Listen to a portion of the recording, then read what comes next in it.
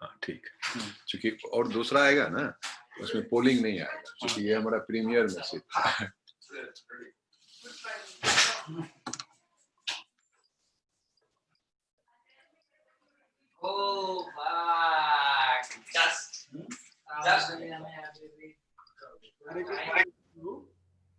Hello, हरे कृष्णा प्रभु। हरे कृष्णा। प्रभु को host बना दीजिए हमको। हाँ, अभी शेयर कर रहा हूँ।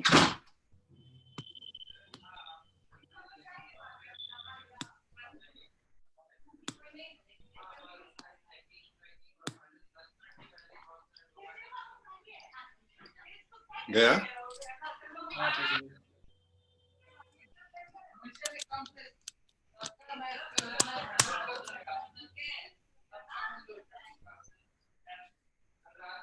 हेलो। हाँ प्रभु। हाँ, सुनाई दे रहा है ना? हाँ हाँ। हाँ, कल हमको सुनाई देना बंद हो गया था ना, अभी हम सुन रहे हैं आपको। कल पता नहीं क्या हो गया, मेरी आवाज लोगों को सुनाई दे रही थी, मेरी आवाज जा ही नहीं।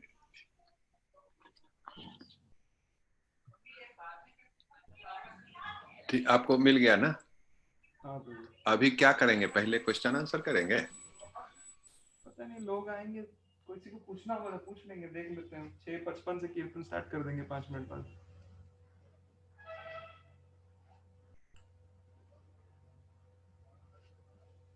क्वेश्चन आंसर तो वॉलंटरी है। आपका म्यूट हो गया प्रभु माइक।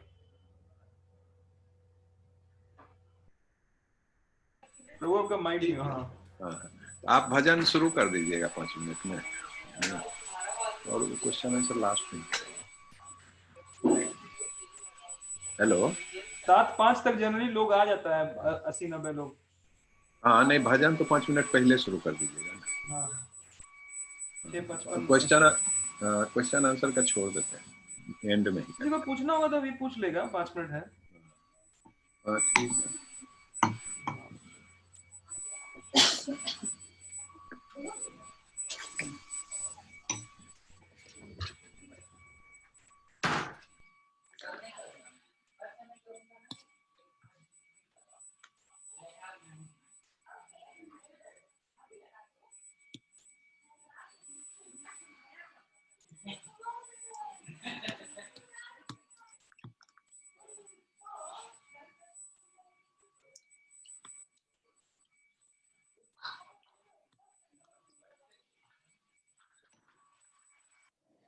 पापा भी खा रहा है।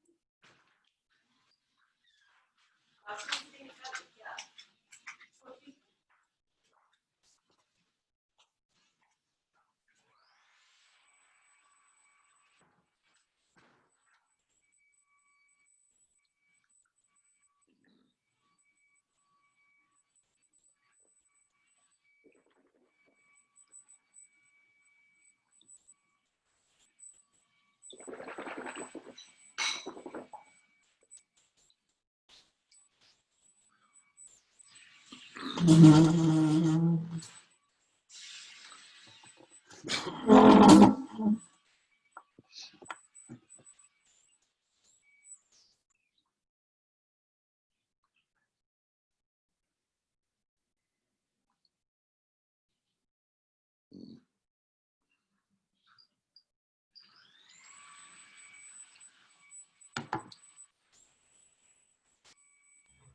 कृष्णा। हरे हम कृष्णा लोग कीर्तन स्टार्ट करते हैं 10 मिनट के लिए।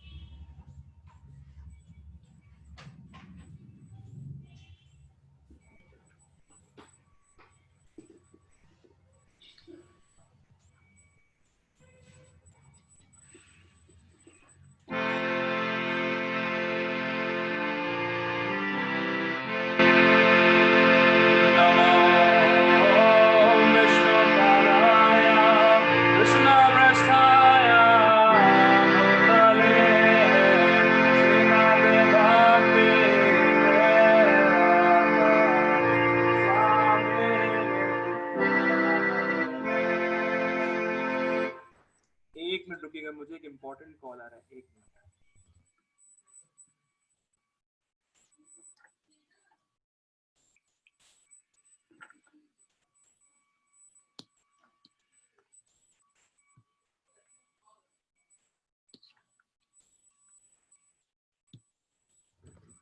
हाँ,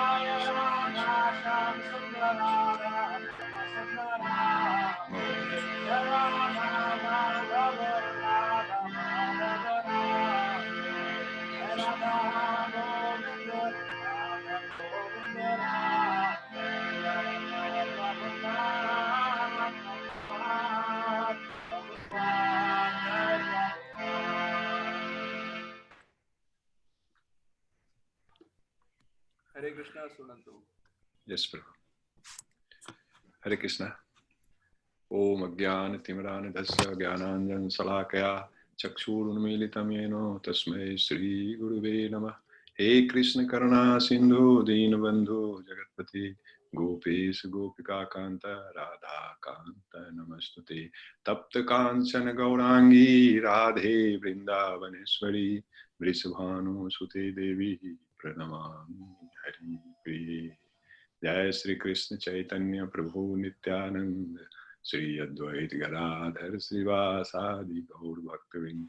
हरे कृष्ण कृष्ण कृष्ण हरे हरे, हरे राम राम राम हरे हरे। हरे कृष्णा।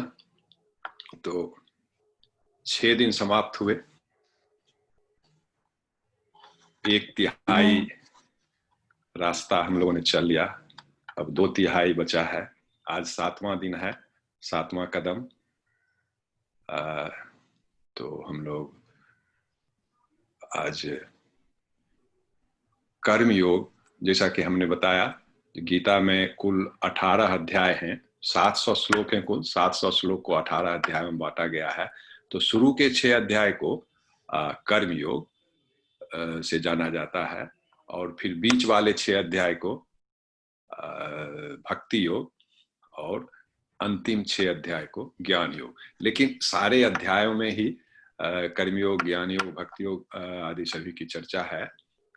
लेकिन मूलतः उन चीजों पर जो है ज्यादा जोर दिया गया है इन अध्यायों में। तो आज हम लोग भक्ति योग का पहला अध्याय का प्रारंभ करेंगे।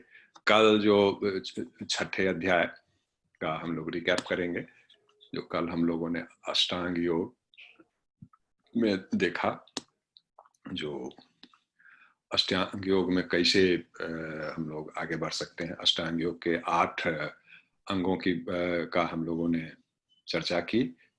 यम, नियम, आसन, प्राणायाम, प्रत्याहार, धारणा, ध्यान, समाधि। यम क्या करना है, नियम क्या नहीं करना है, या क्या नहीं करना है, क्या करना है। 5 यम, 5 नियम। आसन कैसे बैठना है, सीधा बैठना है, मेरुदंड गर्दन आदि को सीधा करके कुशासन पर, हिरनछाल पर। और प्राणायाम कैसे प्राणों का रोध करना है। प्रत्याहार अपनी 5 ज्ञानेंद्रियों को भौतिक विषयों से कैसे अंतर्मुखी करना है। धारणा, ध्यान, समाधि तीनों हमने बताया, जो मन को एक जगह एकाग्र करने की कला है। अगर कुछ सेकंड के लिए करते हैं तो धारणा, अगर कुछ मिनटों के लिए करते हैं तो ध्यान, और जब समय की कोई सीमा नहीं रहती है, घंटों कर सकते हैं तो समाधि। वस्तुतः तीनों ही ध्यान ही है। तो उसके बाद उसमें फिर मन को कैसे कंट्रोल किया जाए। और अर्जुन ने पूछा, जो योग मार्ग में चलते हैं लेकिन मुक्त नहीं हो पाते हैं या भगवत प्राप्ति नहीं हो पाती है, तो उनका क्या परिणाम होता है। तो भगवान ने बताया, जो अगले जन्म में अपने पुण्यों के प्रभाव से कुछ दिन स्वर्ग में रहते हैं, फिर उनका किसी कुलीन परिवार में, किसी वैष्णव परिवार में, किसी ब्राह्मण परिवार में, किसी भक्त के परिवार में जन्म होता है, जिससे जहां उन्होंने छोड़ा फिर वहां से आगे बढ़ सके।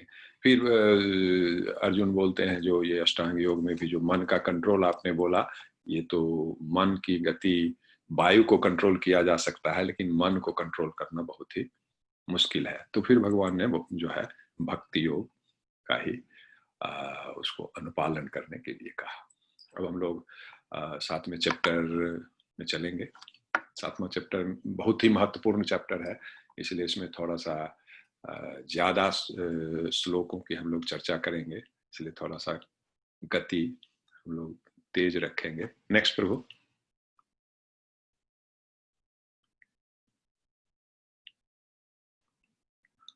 इसका नाम है ज्ञान विज्ञान योग। ज्ञान विज्ञान, ऐसे आम तौर पर विज्ञान जो है हम लोग जो पढ़ते हैं, physics, chemistry, biology, medical science आदि को विज्ञान बोला जाता है, लेकिन हमारे शास्त्रों के हिसाब से ज्ञान और विज्ञान में थोड़ा फर्क है। विज्ञान जो है विशिष्ट ज्ञान है, ज्ञान जो है भौतिक ज्ञान। विज्ञान परा ज्ञान जो अभौतिक है, जो इन 5 भूतों, जो पृथ्वी, जल, वायु, अग्नि और आकाश, या मन, बुद्धि, अहंकार के बियॉन्ड है, उसके परे है, इसलिए उसको पराज्ञान बोलते हैं। अपराज्ञान, पराज्ञान, अविद्या का ज्ञान और विद्या का ज्ञान। तो फिर अगले अध्याय से भगवान कंटिन्यू कर रहे हैं। श्री भगवान उवाच मया सक्त मना पार्थम योगम जन्म अदाश्रया असंशयम समग्रम माम यथा ज्ञास्यसि तत्सृणु। अब भगवान बोलते हैं, जो मन को अनासक्त करके और पूरी तरह से मुझ में लगाता है, जो अगर मन को अटैच होना है, मन को आसक्त होना है, तो हम में ही आसक्त करता है, तो वो मुझको जान सकता है, उसको कोई संशय नहीं रहेगा। असंशयम समग्रम माम यथा ज्ञास्यसि तत्सृणु।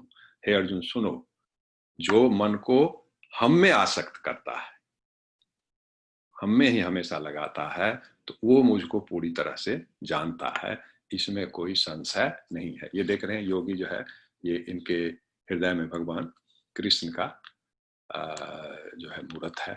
तो ये जब ध्यान कर रहे हैं तो सिर्फ भगवान की छवि पर ध्यान कर रहे हैं। जैसे और योग में किसी में आपको प्रकाश पर या विभिन्न चीजों पर, कंपन पर, और जो है किसी ध्वनि पर, ओम पर आदि पर कहा जाता है ध्यान लगाने के लिए। ये जो है भगवान में अपना मन को लगाए हुए हैं। नेक्स्ट 7.2 ज्ञानम ते हम सविज्ञानम इदम वक्ष्याम अशेषता यज्ञात्वा नेह भूयो अन्यत् ज्ञातव्यम अवशिष्यते। तो वो बोलते हैं, जो ये फेनोमेनल और नोमिनल, मतलब जो भौतिक जगत है और जो परा भौतिक जगत है, तो वो दोनों मेरे ही अंदर है। अब मैं तुमको ये विज्ञान बताऊंगा, भौतिक और अभौतिक, परा विद्या और अपरा विद्या, अविद्या और विद्या, दोनों ही मैं तुम्हें बताऊंगा। और जब तुम दोनों को जान जाओगे, अविद्या के क्षेत्र को भी और विद्या के क्षेत्र को भी, तब तुमको संपूर्ण ज्ञान हो जाएगा। सिर्फ अविद्या को जानना, सिर्फ भौतिक ज्ञान में कितना भी विद्वान हो जाए, कितने भी पीएचडी कर लें, लेकिन वो संपूर्ण ज्ञान नहीं कहा जा सकता। जब तक पराग ज्ञान नहीं हो, विद्या का ज्ञान नहीं हो, तो वो समस्त ज्ञान हम नहीं बोल सकते हैं। तो बोल रहे हैं कि मैं अब दोनों की चर्चा करूंगा, जिससे तुमको संपूर्ण ज्ञान होगा। नेक्स्ट ज्ञानम तेहम सब विज्ञानम इदम वक्ष्यामशेषतः यज्ञात्वा ने भूयो अन्य ज्ञातम अवशिष्यते। तो बोलते हैं, जो हजारों मनुष्य में कोई एक पूर्णता को प्राप्त करना चाहता है, और उसमें से कोई एक मुझको जानना चाहता है। तो और उसमें से भी जो हमको जानना चाहता है, उसमें से कोई एक मुझको जान पाता है। तो आज जो हम लोग इतने लोग इकट्ठा हुए हैं, एकत्रित हुए हैं, तो उन हजारों लाखों लोगों में से हैं जो भगवान को जानना चाहता है, जो परम सत्य क्या है उसको जानना चाहता है। हम लोग उन हजारों लाखों आदमी में से एक हैं। अब इसमें से कुछ लोग, जब हम 18 दिनों का ये इंट्रोडक्शन खत्म होगा, तो फिर कुछ लोग ऐसे होंगे जिनको आगे भगवान को जानने की इच्छा होगी, और फिर उसमें से भी जो जिनको जानने की इच्छा होगी, वो भक्ति मार्ग का अवलंबन करेंगे, और जो ठीक तरह से अवलंबन करेंगे तो कोई एक उसमें से पहुंचेगा वहां। तो भगवान वही बोल रहे हैं, जो इतने लोग हैं उसमें बहुत कम लोगों की इच्छा होती है जो सत्य क्या है, हम कहाँ से आए, अथा तो ब्रह्म जिज्ञासा, जानने की इच्छा बहुत लोगों में नहीं होती है। और जब जानने की इच्छा होती है, तो फिर जब उनको जानते हैं, तो फिर भक्ति मार्ग पर कुछ लोग बढ़ते हैं, और जो बढ़ते हैं उसमें से कुछ लोग सफल होते हैं और भगवान को जान पाते हैं। Next bro. मनुष्याणां सहस्रेषु कश्चिद्यतति सिद्धये यततामपि सिद्धानां कश्चिन् मां वेत्ति तत्त्वतः। तो ये बताते हैं, जो ये भौतिक जगत जो है, ये 5 तत्वों का और 5 स्थूल और 3 सूक्ष्म तत्वों का बना हुआ है। पृथ्वी, जल, अग्नि, वायु, आकाश, ये 5 स्थूल भूत हुए, 3 मन, बुद्धि, अहंकार, ये 3 सूक्ष्म भूत हुए। तो ये बोलते हैं ये अष्टधा प्रकृति जो है ये भी उन्हीं से है। ये भौतिक है, ये अशाश्वत है, फिर भी वो भगवान की ही शक्ति से है, जिसकी हम लोगों ने पहले चर्चा की थी। भगवान की 3 शक्तियां हैं, अंतरंगा, बहिरंगा और तटस्था, न्यूट्रल, एक्सटर्नल, इंटरनल और न्यूट्रल। इंटरनल शक्ति से स्पिरिचुअल लोक, आध्यात्मिक लोक है, जिसका कभी नाश नहीं होता, जहां कोई परिवर्तन नहीं होता। और बहिरंगा शक्ति से जो है ये 8 प्रकृति हैं, और इस 8 प्रकृति से ये पूरा विश्व बना है ये, और पूरा जीवात्मा भी उसी से घिरा। हमारा शरीर जो है वो भी इसी 8 तत्वों से बना हुआ है, 5 स्थूल तत्व, 3 मन, बुद्धि और अहंकार, इन 3 सूक्ष्म तत्वों से। तो ये भी भगवान के अंदर है। ये ऐसा नहीं है ये इस पर भगवान का कंट्रोल नहीं है। जो भी है, भौतिक हो या आध्यात्मिक हो या तटस्था जीव हो, तीनों भगवान के अंदर है। नेक्स्ट, वो एक बैक चलेंगे। ये दिखा रहे हैं ना, इसमें शरीर जो है आदमी का, तो उसमें दिखा रहे हैं पृथ्वी है, वायु है, अग्नि है, आकाश है, मन, बुद्धि, अहंकार। ये भगवान भी परमात्मा के रूप में अंदर बैठे हुए हैं, तो अलग है। लेकिन 8 जो 5 स्थूल तत्व और 3 सूक्ष्म तत्व हमारे शरीर में है, तो इसमें एक प्रयास किया गया है कि उन सबों को हमारे शरीर में कैसे अवस्थित है उसको दिखाया जाए। नेक्स्ट, अप्रेयम इतस्तु अन्याम प्रकृतिम विद्धि में पराम जीव भूताम महाबाहो येदम धार्यते जगत। तो इसको बोल रहे हैं जो ये अपरा प्रकृति है, 8 प्रकृति है, 5 स्थूल और 3 सूक्ष्म। इसको भोग कौन करता है, इसका दोहन कौन करता है? तो जीव करता है, आत्मा करती है, जीवात्मा करती है। इसके जो पृथ्वी, वायु, जल, अग्नि आदि का जो गुण है, उसके गुणों का उपभोग जीवात्मा करता है। कैसे? अपने ज्ञानेंद्रियों के माध्यम से। ठीक है। तो ये ऐसा नहीं है, जो ये 8 प्रकृति है इसके अंदर है। जीव जो है, जीव भगवान की ही शक्ति है। जीव जो है तटस्था शक्ति है, जीव पराशक्ति है। लेकिन पराशक्ति में एक हो गया जो पूर्ण परा अंतरंगा शक्ति है, जो हमेशा अध्यात्म लोक में रहती है। लेकिन जीव को स्वतंत्रता है, वो चाहे तो भगवान की अपराशक्ति में फंस जाए या इससे मुक्त होकर के पराशक्ति में, भगवान के वैकुंठ लोक में चला जाए।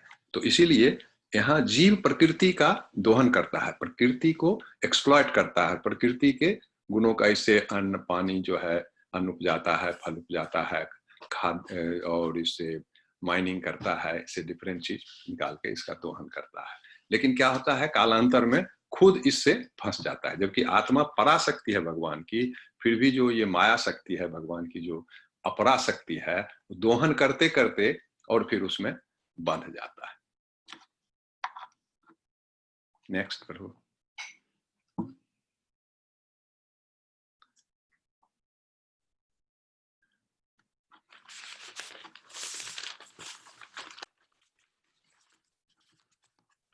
अब 7.7 मतः परतरम नान्यत् किंचित् अस्ति धनंजय मयि सर्वम इदं प्रोक्ता सूत्रे मणिगणा इव। बोलते हैं जो हमसे अन्य कुछ भी नहीं है।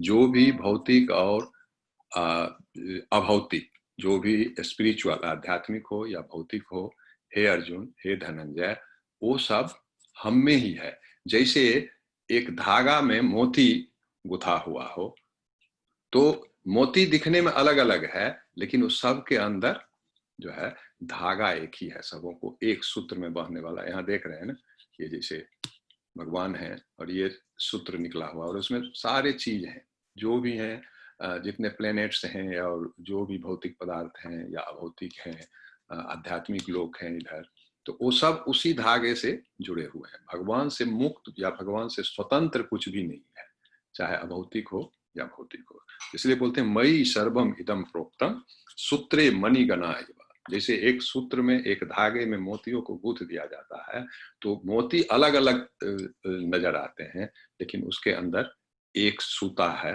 जो कि एक ही है, सबको बांधे हुए है। उसके बाद 7.6 एतत् योनिनि भूतानि सर्वाणि इति उपधारय अहम कृष्णस्य जगता प्रभवः प्रलयः तथा। तो बोलते हैं जो जितने भी प्राणी हैं उन सब का उद्गम मैं ही हूं। जो कुछ भी भौतिक या आध्यात्मिक है उसके उत्पत्ति और प्रलय दोनों का ही कारण मैं ही हूं। जगत प्रभव प्रलय तथा, उसके उत्पत्ति का और उसके प्रलय दोनों का कारण मैं हूं। नेक्स्ट, रसोहम अप्सु कौन्तेय प्रभास्मि शशि सूर्ययो पर्णवः सर्ववेदेषु शब्दः खे पौरुषम निर्षु। रसोहम अप्सु कौन्तेय, हे कौन्तेय, हे अर्जुन। अर्जुन को विभिन्न नामों से पुकारते हैं, कभी पार्थ, कभी कौन्तेय। कौन्तेय मतलब कुंती के पुत्र हैं तो कौन्तेय कहलाए। कुंती का नाम पृथा भी है तो पृथा के पुत्र हुए तो पार्थ कहलाए। कभी धनंजय कहते हैं, कभी अर्जुन कहते हैं। अर्जुन का विभिन्न नाम है, उसके अपने अपने मतलब हैं। तो यहाँ बोल रहे हे कौन्तेय, हे कुंती के पुत्र, रसो अहम अप्सु, जलों में जो रस है, जो स्वाद है, वो मैं ही हूँ। प्रभास्मि शशि सूर्य, चंद्रमा और सूर्य का जो प्रकाश है वह मैं ही हूँ। प्रणवः सर्व वेदेषु, और वेदों में मैं प्रणव हूँ। प्रणव मतलब ओंकार, ओंकार मतलब ओम। ओम शब्द, ओम शब्द को बहुत लोग ऐसा मानते हैं जो उस सृष्टि का प्रारंभिक शब्द है। ओम से ही सृष्टि की रचना हुई है, लेकिन ऐसा नहीं है। भगवान बोलते हैं सभी वेदों में ओम मैं ही हूँ। ओम का मतलब है आ उ मा। आ का मतलब कृष्ण, उ का मतलब राधा रानी, माँ का मतलब जी। तो ओम शब्द जो है भगवान कृष्ण जो परम पुरुष, उनकी अंतरंगा आह्लादनी शक्ति राधा रानी और जीवात्मा, ये तीनों को मिलाकर के ओम शब्द बना है। तो सारे वेदों का सार जो ओम है, ओम वस्तुतः भगवान को ही रिप्रेजेंट करता है, उनकी तीनों शक्ति को। तो प्रणवः सर्ववेदेषु शब्दः खे, और आकाश में शब्द मैं ही हूँ, ईथर में। अपौरुषम निर्षु, और आदमियों में मनुष्यों का बल मैं ही हूँ, पौरुष मैं ही हूँ। नेक्स्ट प्रो, यहाँ दिखा रहे हैं ना, इसमें जो 1 मिनट बैक चलेंगे, इसमें जो भी जल के जीव हैं और प्रकाश है और ये ओम का आकार है, तो ये सारे चीज मैं हूँ। तो इसको जस्ट कोशिश किया गया है जी सभी चीजों को, रस को और प्रकाश को, ओम को और शब्द को, आकाश में शब्द, कुछ आकाश का गुण शब्द है जो हम लोगों ने 5 तत्वों में पढ़ा। पृथ्वी का गुण गंध, जल का गुण रस, अग्नि का गुण ताप या दृश्य, वायु का गुण स्पर्श और आकाश का गुण शब्द। यहाँ दिया गया है, देख सकते हैं। जल, जल का गुण है स्वाद, सन मून उनका प्रकाश मतलब अग्नि ही है, वैदिक मंत्र में ओम, ईथर आकाश में शब्द, पुरुषों में एबिलिटी, पृथ्वी गंध, अग्नि ताप, सभी जीवों में जीवन, तपस्वियों में तप, सभी जो अस्तित्व में है उसका बीज, जितने भी हैं भौतिक अभौतिक पदार्थ हैं उनका बीज जो है भगवान ही है। इंटेलिजेंट में इंटेलिजेंस, जो बुद्धिमानों की बुद्धि भगवान ही है। पावरफुल मैन का पावर भगवान भी है, शक्तिमानों की शक्ति भगवान ही है। और भगवान बोलते हैं काम भी मैं ही हूँ, जो जीवों में काम की वासना है वो भी मैं हूँ। लेकिन वो बोलते हैं नॉट कॉन्ट्रैरी टू रिलीजियस प्रिंसिपल्स, जो काम मैं ही हूँ लेकिन जो अनकंट्रोल्ड अनियमित काम नहीं, जो रिलीजियस प्रिंसिपल्स के अंदर है। रिलीजियस प्रिंसिपल्स के अंदर मतलब काम जो सिर्फ संतति की उत्पत्ति के लिए जो काम का उपयोग होता है वो काम मैं हूँ। इसीलिए आप देखेंगे पशुओं में जो है सिर्फ संतान उत्पत्ति के सिवा और काम की कोई इच्छा या काम का कोई जगह नहीं है। एक मनुष्य है जो काम का उपयोग संतति प्रजनन के सिवा भी करते हैं। तो भगवान बोलते हैं काम भी मैं ही हूँ, लेकिन जो धार्मिक नियमों के अंतर्गत है। कहने का मतलब जो एक सुसंतति पैदा उत्पन्न करने के लिए जो काम है वो मैं हूँ। नेक्स्ट प्रभु।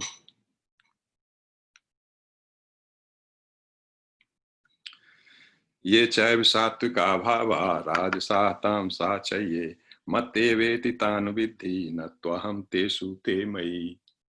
तो बोलते हैं जो 3 तरह के जो प्रकृति के गुण है, क्या है 3 गुण? हम लोगों ने पिछले 6 दिनों में इसके बारे में कम से कम हर दिन ही इसकी चर्चा हुई। सतोगुण, रजोगुण और तमोगुण। तो बोलते हैं ये तीनों गुण भी मुझसे ही उत्पन्न है, लेकिन मैं ये तीनों गुणों के अधीन नहीं हूं। माया जो है वो मेरे अधीन है, मैं माया के अधीन नहीं हूं। इसलिए हम पर वो सतोगुण, रजोगुण, तमोगुण का जो है कोई प्रभाव नहीं पड़ता है। देख रहे हैं भगवान कृष्ण है, उनसे माया की 3 शक्तियां, सतोगुण, तमोगुण, रजोगुण, और तीनों ही बंधनकारी हैं। हमारे सतोगुण, रजोगुण, तमोगुण, सतोगुण अच्छा है, ऐसा नहीं है। जो सतोगुण में हमको प्रयास यही करना है, जो हम तमोगुण मतलब भोक्ता भाव, और रजोगुण धन, पद और यश, ये अहंकार, भोक्ता भाव और अहंकार के भाव पर छोड़ करके सतोगुण में आना। लेकिन सतोगुण तब तक हमको आध्यात्मिक लोक में नहीं ले जा सकता है जब तक लेस मात्र भी रजोगुण या तमोगुण का उसमें साथ है। जैसे आप 99.9% सतोगुणी हो गए और 0.1% भी उसमें रजोगुण और तमोगुण का मिश्रण है, तो वो शुद्ध सत्व नहीं कहलाता है। इसीलिए हमारा लक्ष्य जो है शुद्ध सत्व है, शुद्ध सतोगुण, जहां रजोगुण और तमोगुण बिल्कुल ही नहीं हो। इसलिए सतोगुण अच्छा है, सतोगुण को हमको छोड़ना नहीं है।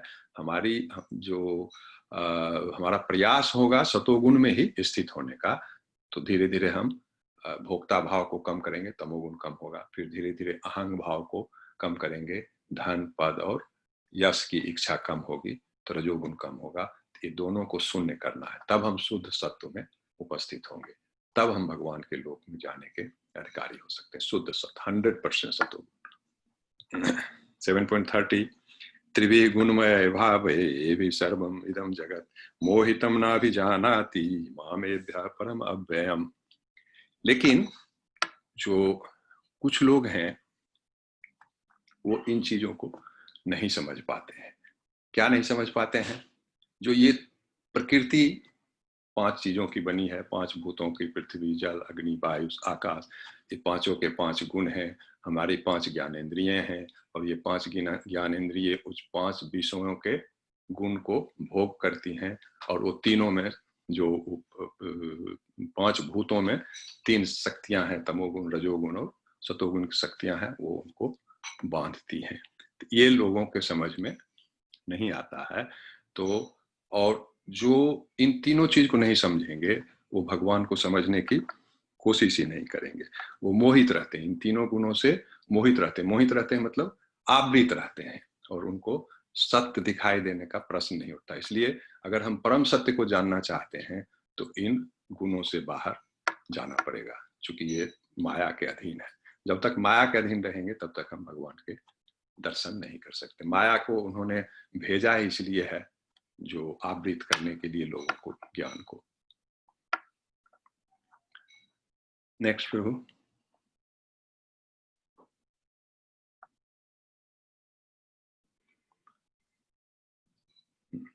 दैवी हेसा गुणमयी माया दुरत्या मामेव प्रपद्यन्ते मायामेतां तरन्ति ते।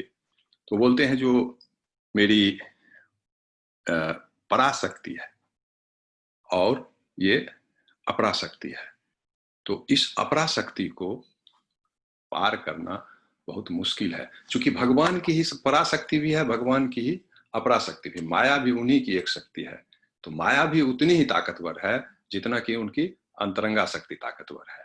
तो इसीलिए उसको पार करना बहुत मुश्किल है। बड़े बड़े ज्ञानी और योगी भी जो है भटकते पाए गए हैं। आप देखिए, आप लोगों ने सुना होगा भगवान शिव की कहानी। जब सूर असुर की लड़ाई हो रही थी समुद्र मंथन के बाद, तो अमृत निकला, अमृत लेकर के राक्षस लोग भाग रहे थे। तो सभी देवताओं ने फिर प्रार्थना की जो क्या किया जाए। तो भगवान विष्णु मोहिनी रूप में आए, भगवान कृष्ण मोहिनी रूप में आए और फिर सारे दानव असुर जो है उनके पीछे लग गए और तब फिर उन्होंने वो देवता को दे दिया। फिर भी राहु पीछे पड़ गए, थोड़ा सा उन्होंने लिया और जमीन पर गिरा, जो भी कहानी है। तो वो मोहिनी रूप जो है, जब भगवान शिव ने सुना, जो भगवान ने मोहिनी रूप धारण करके और कैसे असुरों को छला और अमृत ले लिया उससे, तो भगवान शिव ने उनको बोला कि भगवान वो रूप हमको भी दिखाइए। और जब भगवान ने मोहिनी रूप धारण किया तो भगवान शिव भी उनके पीछे आसक्त हो गए और वो मोहिनी रूप के पीछे पीछे जाने लगे। और जबकि माता पार्वती वहां बैठी थी। कहने का मतलब भगवान शिव भी भगवान की अंतरंगा शक्ति, जबकि भगवान शिव जो है भूतनाथ है, वो पशुपतिनाथ है। पशुपति मतलब जो 5 ज्ञानेंद्रियां हैं उसके मालिक हैं। उनको काम से वो प्रभावित नहीं होते हैं, उनको रूप रस गंध स्पर्श से वो प्रभावित नहीं होते हैं, वो पशुपतिनाथ है। फिर भी भगवान की अंतरंगा शक्ति जो है को पार हो नहीं जा सके। तो इसलिए भगवान बोलते हैं हमारी माया से पार पाना, उसको पार करके मेरे पास आना, ये प्रायः असंभव है। लेकिन जो हमको समर्पित करता है तो उसको मैं उससे मुक्त कर सकता हूँ। क्योंकि माया देवी उनके अंदर है तो माया को आज्ञा दे सकते हैं। इसलिए यहाँ दिखाया है जैसे भगवान जिसने उनको समर्पण कर दिया तो उसको वो लेने के लिए हाथ बढ़ाया है, तो इसको वो माया से निकाल सकते हैं। नेक्स्ट प्रभु। नमाम दुष्कृतनो मूढ़ा प्रपद्यन्ते नराधमः माया प्रहित ज्ञानाना असुराम भावम आश्रिता। तो अब बोलते हैं जो 4 तरह के लोग वो मेरे पास नहीं आते हैं। हमने पहले चर्चा की थी ना, जो 4 तरह के लोग भगवान के पास जाते हैं, उसकी फिर चर्चा करेंगे। अभी भगवान बता रहे हैं जो 4 तरह के लोग मेरे पास नहीं आते हैं। वो कौन कौन है? मूढ़, नराधम, जिनका ज्ञान माया ने हर लिया है, और जो आसुरी प्रकृति के हैं, जो नास्तिक हैं। ये 4 तरह के लोग हमारे पास नहीं आते हैं। यहाँ जैसे देख रहे हैं ना, ये भगवान की शरण में गए हैं लेकिन ये नहीं जा रहे हैं, ये नराधम है, इनको पता ही नहीं है, ये माया के पार नहीं जा सकते हैं। नेक्स्ट, ये देखिए, ये जैसे बोलते हैं मूढ़ा, गधा। गधा गधा और मूर्ख जो है पर्यायवाची शब्द है। गधा जिंदगी भर जो है सामान ढोएगा धोबी का, लेकिन उसको धोबी से कुछ पाने की इच्छा नहीं रहती है। खाना नहीं भी देगा, सोने का जगह नहीं भी देगा, तो भी वो उसकी सेवा करता ही है।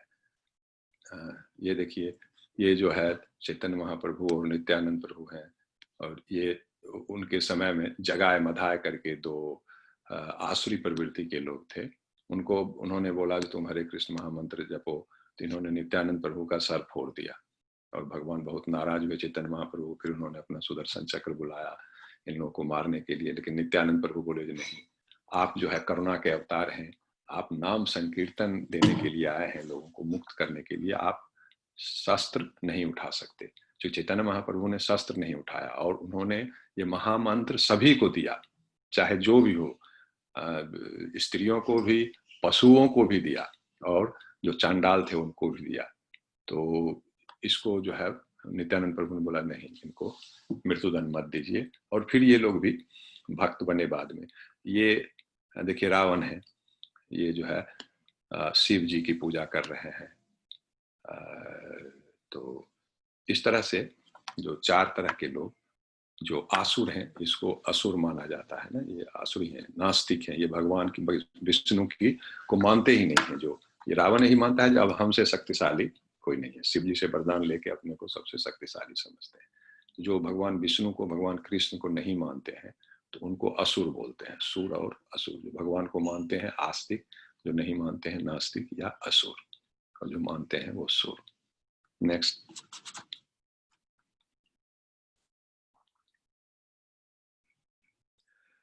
7:16 चतुर्विधा भजन्ते माम जना सुकृतिनो अर्जुन आर्तो जिज्ञासु अर्थार्थी ज्ञानी च भर्तर्षभ। अब बोलते हैं जो अभी बताया जो 4 तरह के लोग हमारी तरफ नहीं आ सकते हैं, वो 4 हो गए, मूढ़, नराधम, असुर और चौथा क्या था? हाँ, जिसका माया से ज्ञान अपहृत है, जिस पर माया का प्रभाव है। ये 4 तरह के लोग हमको नहीं भजेंगे। अब बोलते हैं 4 तरह के कौन लोग हमारे पास आते हैं? तो आर्ति, जिज्ञासु, अर्थार्थी, ज्ञानी।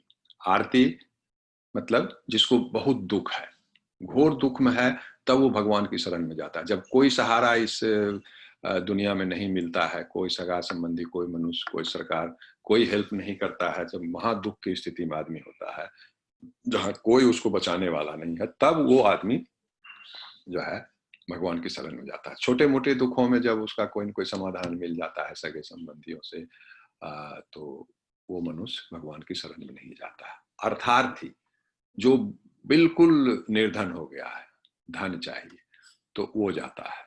तीसरा जिज्ञासु, जिसको जो विद्वान लोग हैं, वैज्ञानिक लोग जो जानना चाहते हैं ये जीवन मरण के बारे में, पृथ्वी के बारे में, प्रकृति के बारे में, कहाँ से आया, कैसे चलता है, कौन नियम बनाया, ये इलेक्ट्रॉन कैसे घूमता है, पृथ्वी कैसे घूम रहा है, शुक्र कैसे घूम रहा है, सूर्य कैसे घूम रहा है, सब कैसे टाइम, कैसे नियमों का फॉलो कर रहा है, कौन इसका नियामक है, कौन नियंता है। तो इस तरह की का जो प्रश्न जिसके अंदर आता है और जो इसको जानना चाहते हैं, उसको जिज्ञासु बोलते हैं।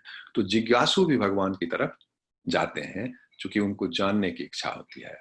और चौथा है ज्ञानी, जो ज्ञान मार्ग, योग मार्ग या अष्टांग योग या निष्काम कर्म योग का अनुपालन करके भगवान की आंशिक प्राप्ति करता है। आंशिक प्राप्ति जैसा हमने कल चर्चा की थी, जो भगवान के 3 स्वरूप हैं, सत, चित, आनंद। भगवान का शरीर है, भगवान के शरीर से प्रकाश निकलता है, और भगवान ज्ञान स्वरूप, चेतना स्वरूप समग्र सृष्टि में, भौतिक और आध्यात्मिक सृष्टि में फैले हुए। तो ब्रह्म ज्ञानी या ज्ञानी, ज्ञान योग वाले और ध्यान योग से, अष्टांग योग से लोग परमात्मा तक पहुंचते हैं। कोई उनके प्रकाश तक पहुंचते हैं, ब्रह्म ज्योति का दर्शन होता है, किसी को परमात्मा के रूप में जानते हैं। तो लेकिन जब ये ज्ञानी और ध्यानी भी जो योगी हैं, इनको भी जब परम आनंद की प्राप्ति नहीं होती है, तो या तो फिर उनका जन्म हो जाता है इस माया नगरी में, इस पृथ्वी पर, या अन्य लोकों में। 14 भुवन की हमने चर्चा की थी, जो इस भौतिक लोक में 14 तल हैं, जो भूलोक, भुवालोक, स्वर्गलोक, महरलोक, जनहलोक, तपहलोक और सत्यलोक, ब्रह्मा का, जो सत्यलोक जो है ब्रह्मा का लोक है। स्वर्ग लोक जो है देवताओं का लोक है। महर, जनह, तपह 3 लोक जो है वो ऋषियों महर्षियों का लोक है। जो जितने बड़े महर्षि हैं वो उतने ऊपर के लोक में रहते हैं।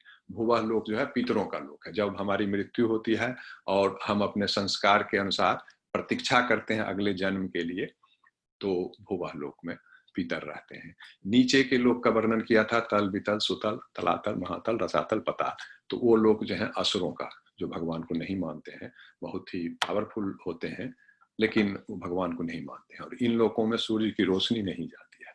इन लोगों में प्रकाश जो होता है, जो नागलोक है नीचे में,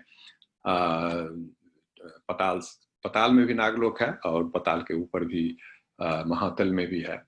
तो वो नाग मणि वाले जो नाग होते हैं, जिनके सिर पर मणि होती है, तो उनके प्रकाश से ही जो है नीचे वाले लोग प्रकाशित होते हैं। तो ये 14 भुवन में जो है हम क्या बात कर रहे थे, अर्थार्थी का, ठीक है। तो जिनको अर्थ की इच्छा होती है, और जिज्ञासु की बात कर रहे थे। फिर चौथा ज्ञानी की बात कर रहे थे।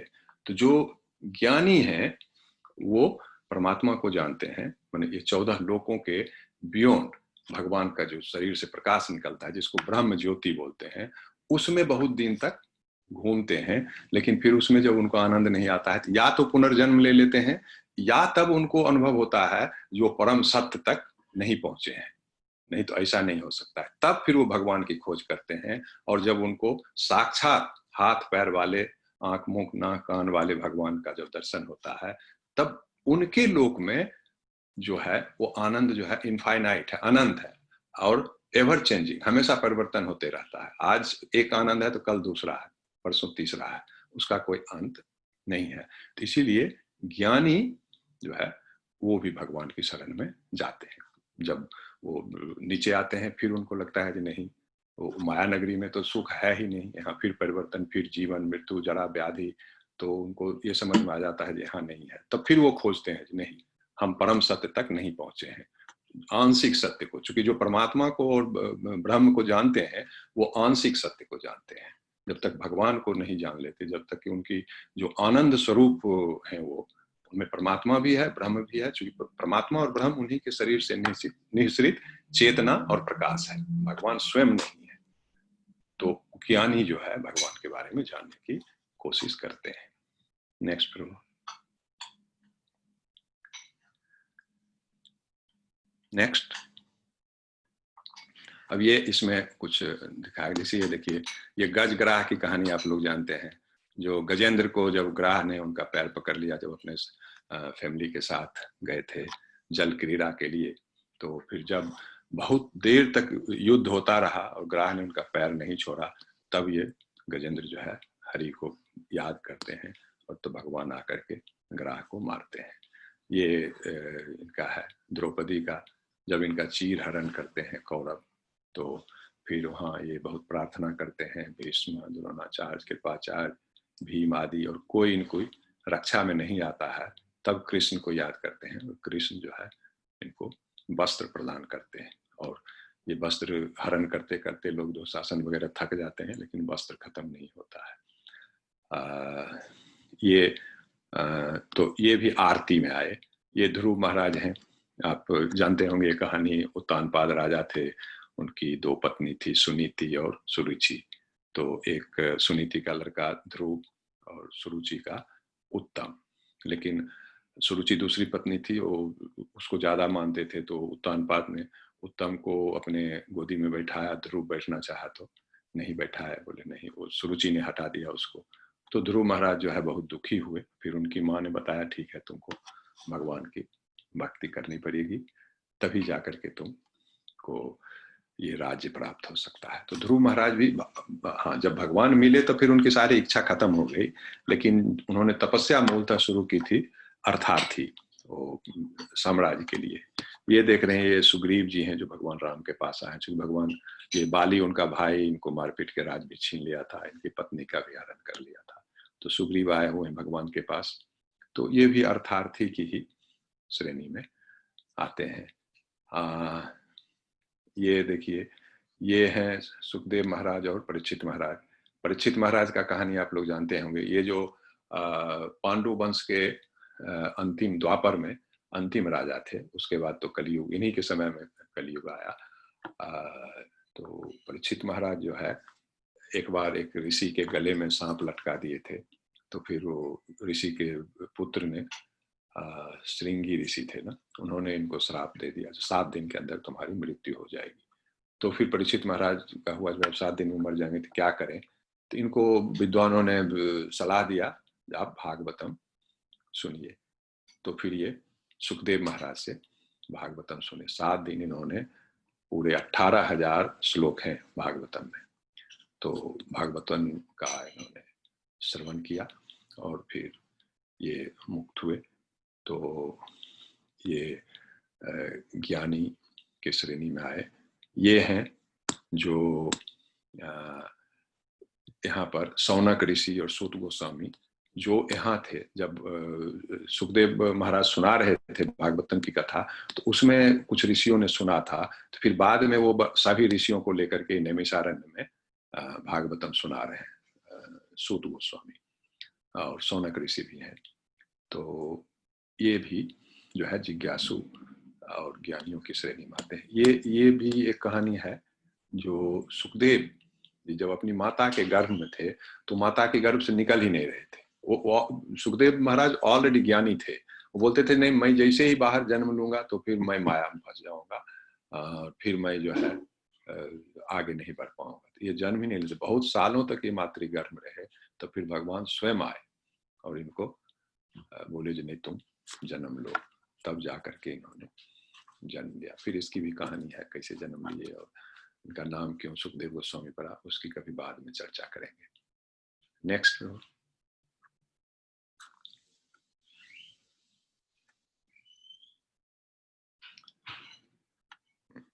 फिर 17वां श्लोक, तेषां ज्ञानी नित्युक्ता एक भक्ति विशिष्यते, प्रियो हि ज्ञानिनो अत्यर्थम अहम सौचमम प्रियः। तो अब बोलते हैं जो, लेकिन हमको प्राप्त कौन करता है? 4 लोग तो उनके पास आते हैं, आरती, अर्थार्थी, जिज्ञासु और ज्ञानी। तो जो आरती है, जो भगवान के शरण में जाता है, उनके दुख का समाधान कर देते हैं। जो अर्थार्थी है उसको धन दे देते हैं। जो जिज्ञासु है, जो जानने की इच्छा करता है, उसको ज्ञान दे देते हैं। लेकिन जो ज्ञानी है, जो ऑलरेडी ब्रह्म और परमात्मा की उपलब्धि कर चुका है और उसको अब समझ में आ गया जो ब्रह्म और परमात्मा जो है अंतिम सत्य नहीं है, ये आंशिक सत्य है, परम सत्य नहीं है, तो वो फिर भगवान के यहाँ जाने की कोशिश करता है और वो भगवान को प्राप्त करता है। तो इसलिए बोलते हैं जो ज्ञानी हैं और वो हमको जानने की कोशिश करते हैं, तो वो हमको जान पाते हैं।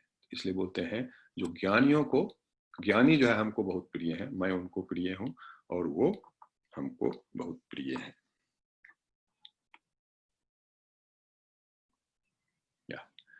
बहनाम जन्मानाम अन्ते ज्ञानवान मां प्रपद्यते, वासुदेवः सर्वमिति स महात्मा सुदुर्लभः। तो इसमें बता रहे हैं जो बहुत जन्मों में विभिन्न योगों का प्रैक्टिस करता है और ज्ञान को प्राप्त करता है और फिर जो हमको सरेंडर करता है, हमको समर्पण करता है, तो उसके द्वारा मैं जाना जाता हूँ। वो जो ये जानता है जो मैं सभी कारणों का कारण हूँ। ईश्वरः परमा कृष्णा सच्चिदानंद विग्रह अनादिरादिर गोविंदा सर्व कारण कारण, सभी कारणों का कारण भगवान है। तो वो बोलते हैं स महात्मा दुर्लभ, ऐसा व्यक्ति जो है बहुत ही दुर्लभ है।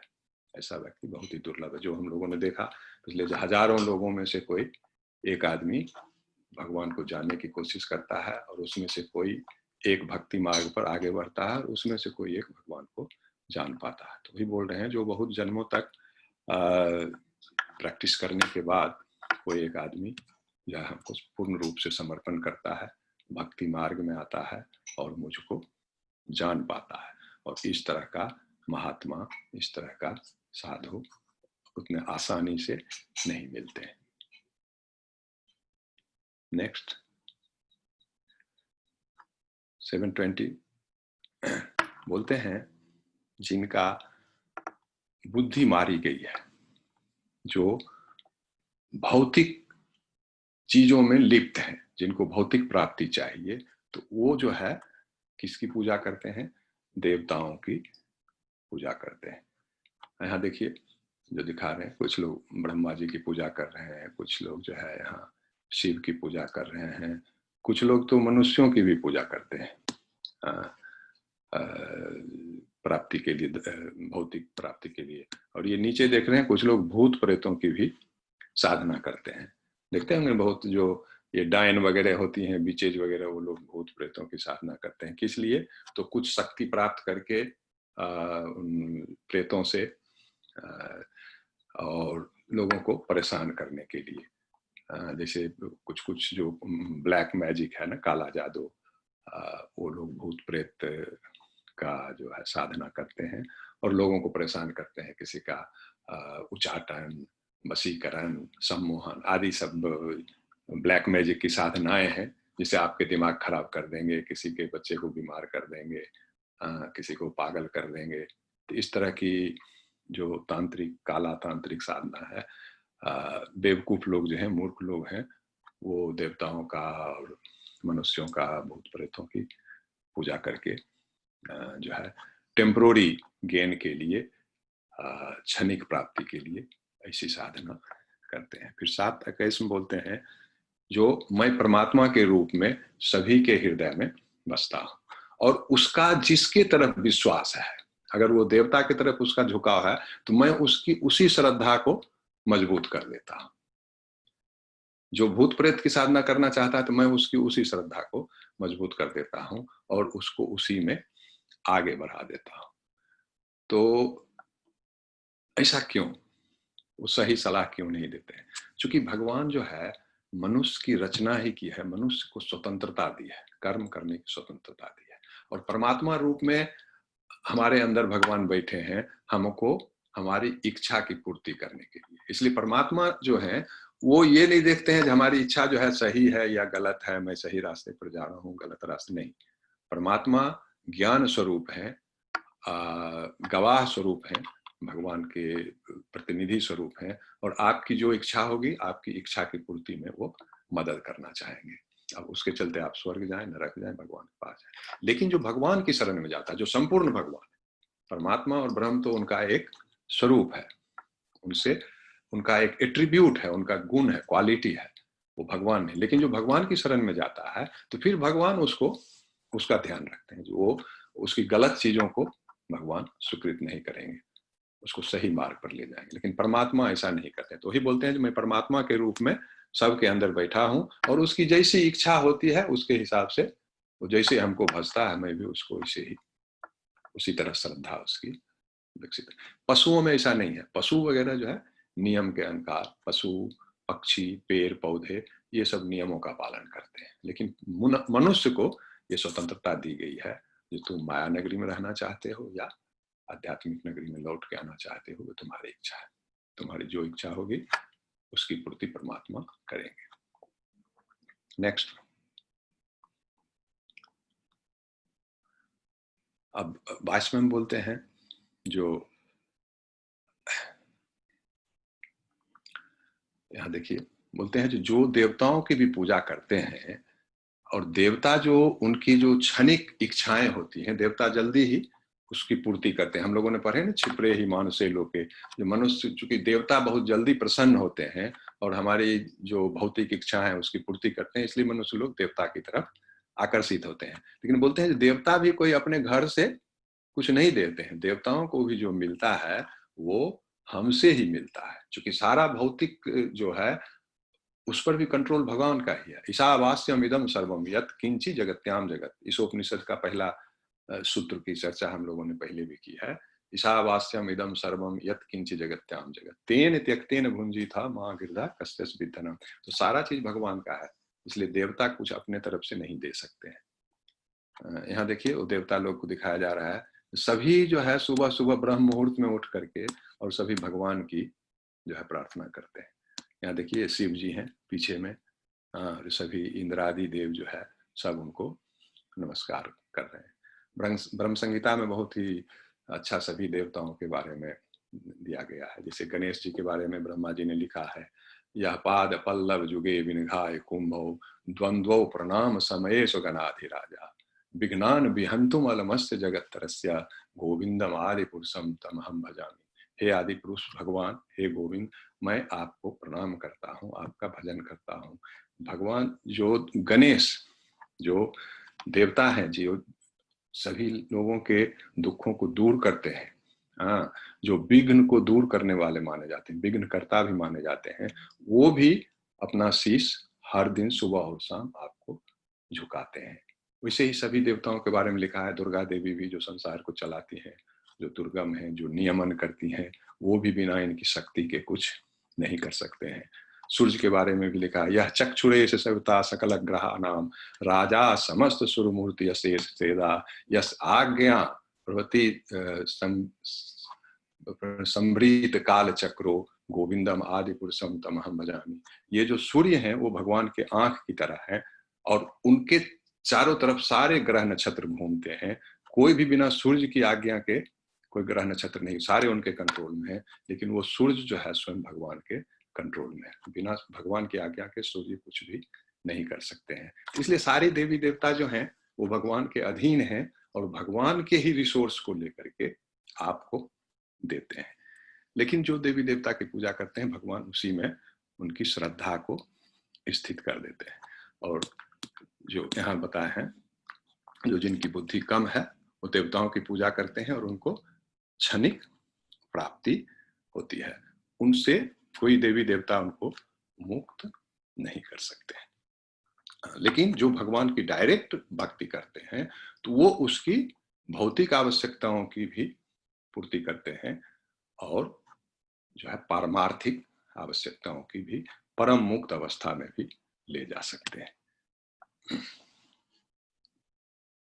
724, हाँ, इसमें भी भगवान बोले हैं, अव्यक्तम व्यक्तिम आपन्नम मन्यते माम अबुद्धया परम भावम अजानंतम मम अव्ययम अनुत्तमम।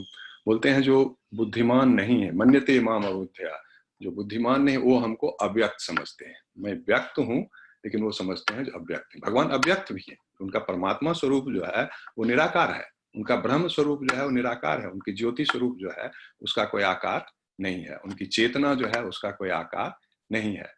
लेकिन वो कहाँ से आता है? वो उनका जो चेतना और प्रकाश, उसका तो कोई स्रोत होगा, बिना स्रोत के प्रकाश और चेतना नहीं निकल सकती है।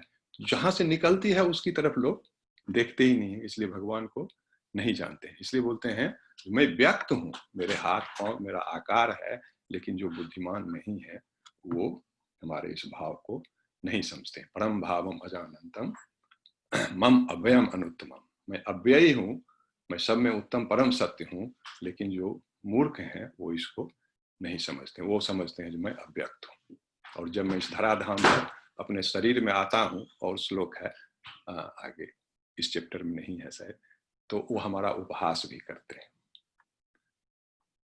725, वो बोलते हैं जो मैं कभी मूर्खों और जो बुद्धिमान नहीं है उनके सामने मैं कभी अपने आप को प्रकट नहीं करता हूँ, मैं अपने आप को जो है आवृत रखता हूँ, योग माया से आवृत रखता हूँ। अब योग माया क्या है? एक हुई महामाया, एक हुई योग माया। तो योग माया जो है वो भगवान की अंतरंगा शक्ति है। जैसे भगवान जब कहीं अवतरित होते हैं या स्वयं आते हैं या इनका कोई अवतार आता है तो वो सारा इंतजाम जो है योग माया करती है। तो ये माया है, माया के इधर जीव है और उधर भगवान है। तो वो एक ही पर्दा है, एक पर्दा जो हमारे तरफ जो है जीव की तरफ है वो महामाया, और जो भगवान की तरफ है वो योग माया। तो योग माया भी भगवान के अधीन ही है, लेकिन जैसे भगवान जितनी लीला करते हैं वो सब योग माया ही उसका इंतजाम करते हैं। जैसे भगवान अब इस धरती पर आना चाहे तब योग माया का काम है, कौन कौन इनके पार्षद आएंगे, कौन कहाँ जन्म लेगा, कौन कहाँ जन्म होगा, क्या होगा।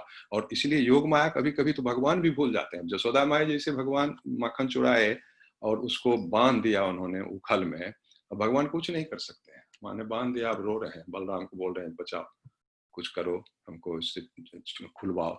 बलराम बोलते हैं मैं क्या करूं। तो भक्तों के अधीन जब हो जाते हैं और भगवान भी भूल जाते हैं, अपनी शक्ति को भूल जाते हैं जब भक्त उन पर करते हैं, तो ये सब योग माया का काम है जो भगवान की भी को विस्मृत कर देती है। तो इससे आनंद, जैसे मान लीजिए यशोदा माँ को पता चल जाए मेरा बेटा भगवान है, तो फिर उनको वो जो माँ और पुत्र का संबंध है उसका आनंद नहीं आएगा। तो इसीलिए कभी कभी यशोदा को भी पता चलता था, देखते थे जैसे मिट्टी खाते थे तो मुंह खोलते थे तो उसमें पूरा ब्रह्मांड दिखाई देता था, फिर लगता था ये क्या हो गया, फिर भूल जाती थी। तो इस तरह ये बोल रहे हैं जो मैं अपने योग माया से अपने को आवृत रखता हूँ, और जो कम बुद्धि वाले लोग हैं, बेवकूफ लोग हैं, वो हमको नहीं देख सकते। उसके बाद 726 बोलते हैं जो मैं परम पुरुषोत्तम भगवान हूँ और मैं सब कुछ जानता हूँ, मैं भूतकाल भी जानता हूँ, वर्तमान भी जानता हूँ और भविष्य भी जानता हूँ। नेक्स्ट,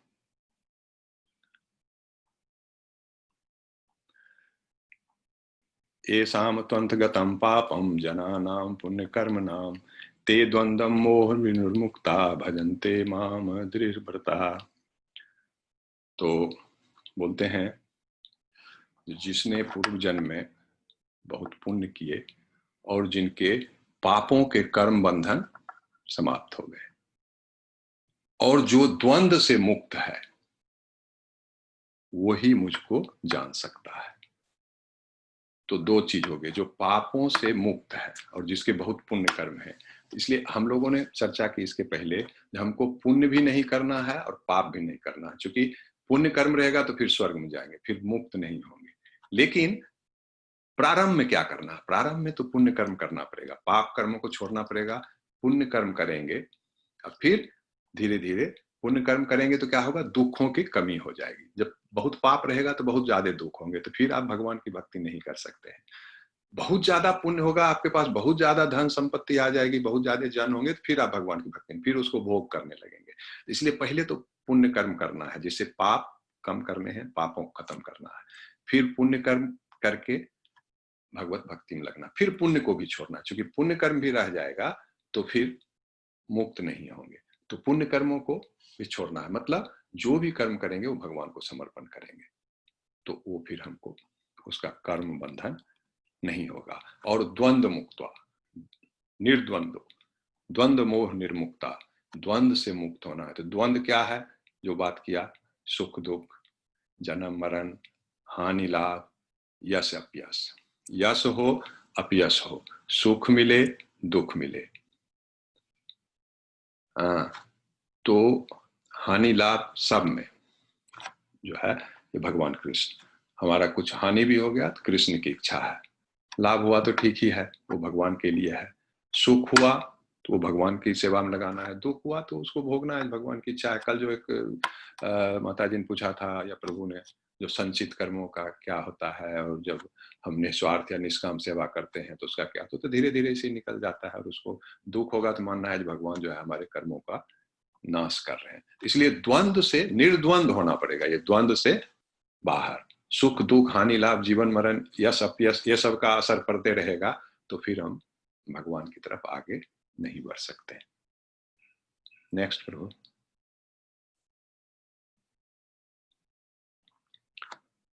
ये देखिए, ये वाल्मीकि जी की कहानी है। वाल्मीकि जी रत्नाकर के नाम से जाने जाते थे ना, और ये मारते थे लोगों को, जंगल में जो जाते थे उनको मार देते थे, उनका छीन लेते थे। एक बार नारद जी गए तो नारद जी को भी मार रहे थे, तो नारद जी बोले जो ठीक है तुम रुको, तुम पहले अपने परिवार वालों को जाओ पूछ कर तुम किस लिए सब कर रहे हो। तो बोला परिवार का भरण पोषण करने के लिए। बोले ठीक है तुम ये कर्म कर रहे हो तो तुम्हारे परिवार वाले इसका जो है ये पाप के फल का भागी होंगे क्या? तो बोला होंगे। तो बोले नहीं, जाओ तुम पूछ कर। जब वो घर में पूछने गए तो कोई भी, पिता माता पत्नी संतान कोई भी तैयार नहीं हो। बोले नहीं, ये तुम्हारा काम है परिवार का निर्वहन करना, तुम कैसे लाते हो ये तुम्हारी जिम्मेवारी है, मैं तुम्हारे पापों का भागी क्यों बनूं। तब फिर ये आके नारद जी को सरेंडर करते हैं। फिर इनको नारद जी ने बोला ठीक है तुम राम राम राम जप करो। तो ये राम भी नहीं बोल सकते थे, इतने पापी थे। फिर मरा मरा मरा मरा, बोले ठीक है तुम मरा मरा ही बोलो। फिर मरा मरा बोलते बोलते राम हो गया, और इतने दिन तक इन्होंने तपस्या की, पूरा इनको जो है मिट्टी से भर गया। चीटी इनके नाम इसीलिए बल्मीक से वाल्मीकि पड़ा, तो ही रत्नाकर वाल्मीकि हुए। तो जब ऐसे संतों का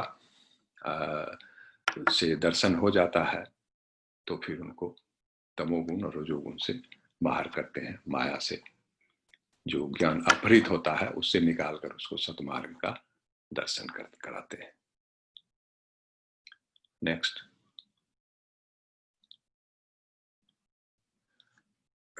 अब 7:30 में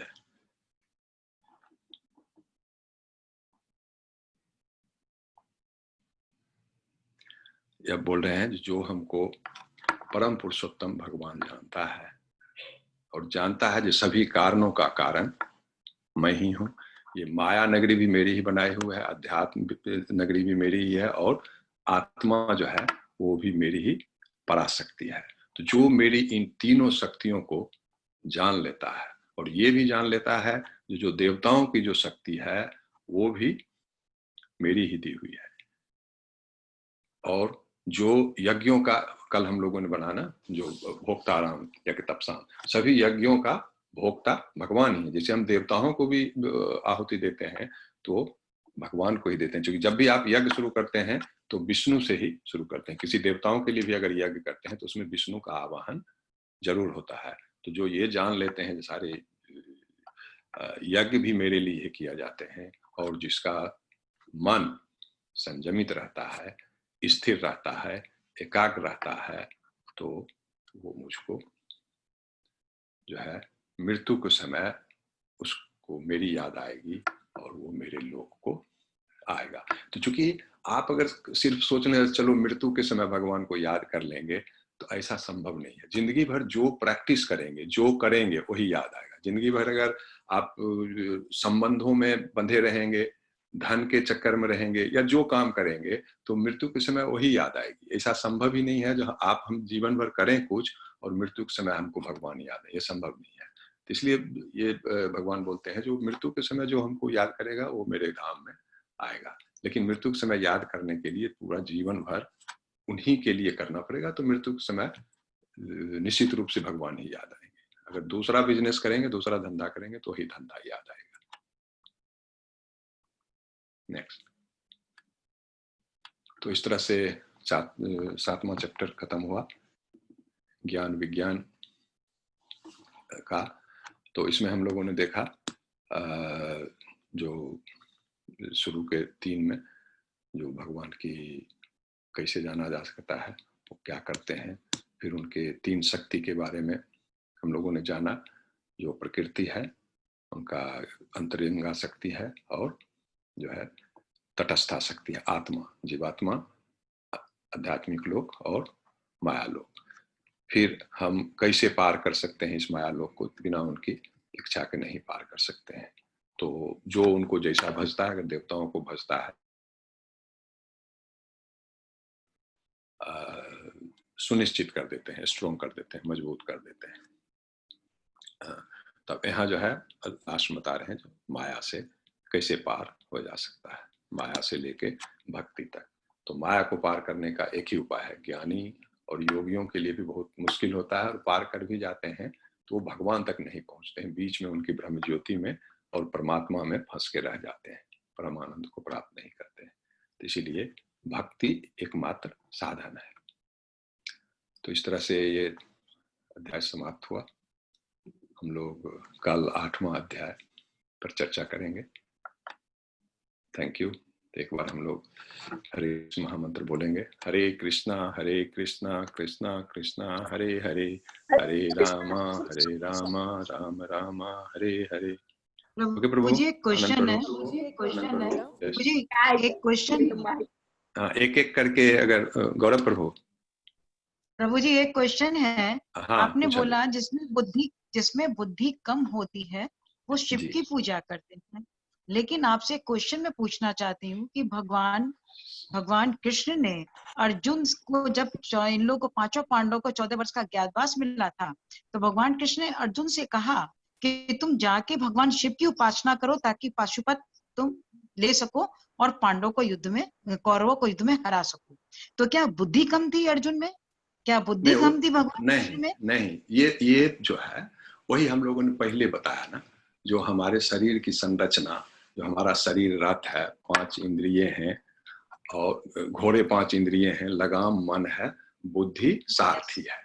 तो इसीलिए था जो बुद्धि हम भगवान को समर्पण कर दें। और सबसे पहले दिन हमने बात किया जो धर्मस्तु साक्षात भगवत प्रणीतम, जो भगवान बोलते हैं वही धर्म है, उसका पालन करना है। भगवान जब इस धराधाम पर आते हैं तो वो इस धराधाम के नियमों को नहीं तोड़ते। जैसे भगवान सब कुछ जानते हैं, फिर भी वो संदीपनी ऋषि के आश्रम में जाकर के उनसे शिक्षा ली, तो वो जो इस लोक की परंपरा है उसको नहीं तोड़ते हैं। तो इसीलिए बोले जो युद्ध करना है, और पाशुपत अस्त्र के जो ज्ञाता थे भगवान शिव थे, वही सिर्फ चलाना जानते थे। पाशुपत अस्त्र समझिए आज का जैसे एटम बम है, उस तरह का चीज था, तो या रॉकेट है। तो इसीलिए बोले जो तुम जाकर के शिव जी की पूजा करो और उनसे बोलो। तो यहाँ भौतिक इच्छा, भौतिक प्राप्ति है, जो ये ज्ञान चाहिए युद्ध करने के लिए, ठीक है ना। इसलिए बोले जाकर के शिव की पूजा करो और उनसे पाशुपत अस्त्र प्राप्त करो, मुक्ति के लिए नहीं भेजे थे उनको, ठीक है। तो सिर्फ स्वाति माता जी, एक मिनट। कुछ लोग सनातन, हाँ जी। 1 मिनट रुक जाइए, लाइन में हम अगर लाएंगे तो अभी अन्ना प्रभु हैं, फिर घनश्याम प्रभु हैं, फिर आप हैं। अच्छा जी, ठीक है। 1 मिनट, पहले अन्ना प्रभु आप पूछ लीजिए। जी, थैंक यू जी। हरे कृष्णा प्रभु जी, सभी जिज्ञासुओं को दंडवत प्रणाम। प्रभु जी, मेरा प्रश्न ये है कि एक श्लोक में आपने कहा कि पृथ्वी, जल, अग्नि, वायु, आकाश, मन, बुद्धि, अहंकार, ये सब 8 प्रकार की प्रकृति प्रभु की है, और उसमें भी जड़ प्रकृति जो अपरा है और चेतन प्रकृति जो परा है वो भी उन्हीं की है, और माया भी उनके अधीन है। तो पूरी प्रकृतियां, पूरी संसार प्रभु के अधीन है और हम प्रभु के बच्चे हैं, तो हमको प्रभु माया में क्यों डलने की वो मतलब जरूरत पड़ती है? हमको प्रभु प्रेम से वैकुंठ लोग ऐसे ही क्यों नहीं ले जाते? हमको माया के चक्कर में क्यों फंसना पड़ता है जब हम हैं ही प्रभु के कंप्लीटली उन्हीं के अंडर में है? माया और प्रकृति में कोई फर्क नहीं है। प्रकृति और माया एक ही है। जैसे प्रकृति के 5 स्थूल तत्व हुए, 3 सूक्ष्म तत्व, मन, बुद्धि, अहंकार, जिसको आप देख नहीं सकते हैं, वो सूक्ष्म है, और उन्हीं में 3 गुण है, तमोगुण, रजोगुण, सतोगुण, जो हमको बांधती है। यही माया हुआ, ठीक है ना। और वैकुंठ लोक या जो भगवान की आध्यात्मिक लोक हैं और जीव, ये 3 शक्तियां हुई। तो आपका कहना बिल्कुल सही है, हम भगवान के ही पुत्र हैं और हम सभी लोग भगवान के लोक में थे। हम सभी लोग गोलोक वृंदावन में या द्वारका जो आध्यात्मिक लोक है वहीं थे, क्योंकि भगवान के अंश हैं और वहीं पर थे, भगवान के साथ ही थे। लेकिन वहां पर क्या है, वहां पर चिंतामणि पेड़ है, कल्पतरु वृक्ष है, वहां कुछ करना नहीं पड़ता है। आपकी जो इच्छा होती है वो उसकी पूर्ति होती है। और हम लोग भगवान से विभिन्न संबंध रहता है, जैसे पिता और पुत्र का, माता और पुत्र का, प्रेमी और प्रेमिका का, मित्र का, दास का, ये विभिन्न संबंध होते हैं। और विभिन्न लोकों में, जैसे वहाँ भी सबसे ऊपर गोलोक वृंदावन है, उसके नीचे मथुरा है, उसके नीचे द्वारका है, उसके नीचे अयोध्या है, उसके नीचे वैकुंठ लोक है। वैकुंठ लोक में भगवान चतुर्भुजी होते हैं, जैसे नारायण, पूरे वैकुंठ लोक के मालिक नारायण है, चतुर्भुज। और फिर बहुत सारे जो अपने वामन देव हैं और नरसिंह देव हैं, आदि सबों का लोक है। तो हम लोग भगवान के ही लोक में थे। लेकिन भगवान के लोक में एक समस्या है, वहां के राजा भगवान है और हमेशा वही रहते हैं। और जितनी भी प्रजा है, जितनी भी आत्माएं हैं, वो सब भगवान की सेवा में ही लगी रहती है। और जब भगवान से आत्मा अलग होता है, जब जीवात्मा बनती है, तो उसको और कुछ चीज की इच्छा भी नहीं होती है। वो चूंकि अंश और अंशी है, तो अंशी की ही तरफ वो हमेशा आकर्षित रहता है और उन्हीं की सेवा करता रहता है। लेकिन क्या होता है, कालांतर तो सब लोग उन्हीं की सेवा में, जितनी गोपियां हैं, जितने लोग हैं, सब जो मित्र रूप में, प्रेमिका के रूप में, माता के रूप में, पिता के रूप में, दास के रूप में भगवान की सेवा में लगे रहते हैं। He is the only controller. तो अगर कभी किसी जीवात्मा को कालांतर में इच्छा होती है, अरे सब लोग भगवान की सेवा में लगे रहते हैं, हमारा भी ऐसा होता, हमको भी अगर इस तरह का आनंद मिलता, हमको भी लोग सेवा करते, तो भगवान तो अंतर्यामी है, वो जैसे आपकी इच्छा होगी तो वो बोलते हैं ठीक है चले जाओ। क्योंकि उस लोक में भगवान एक ही मालिक है, वहां कोई और दूसरा कंट्रोलर नहीं हो सकता है।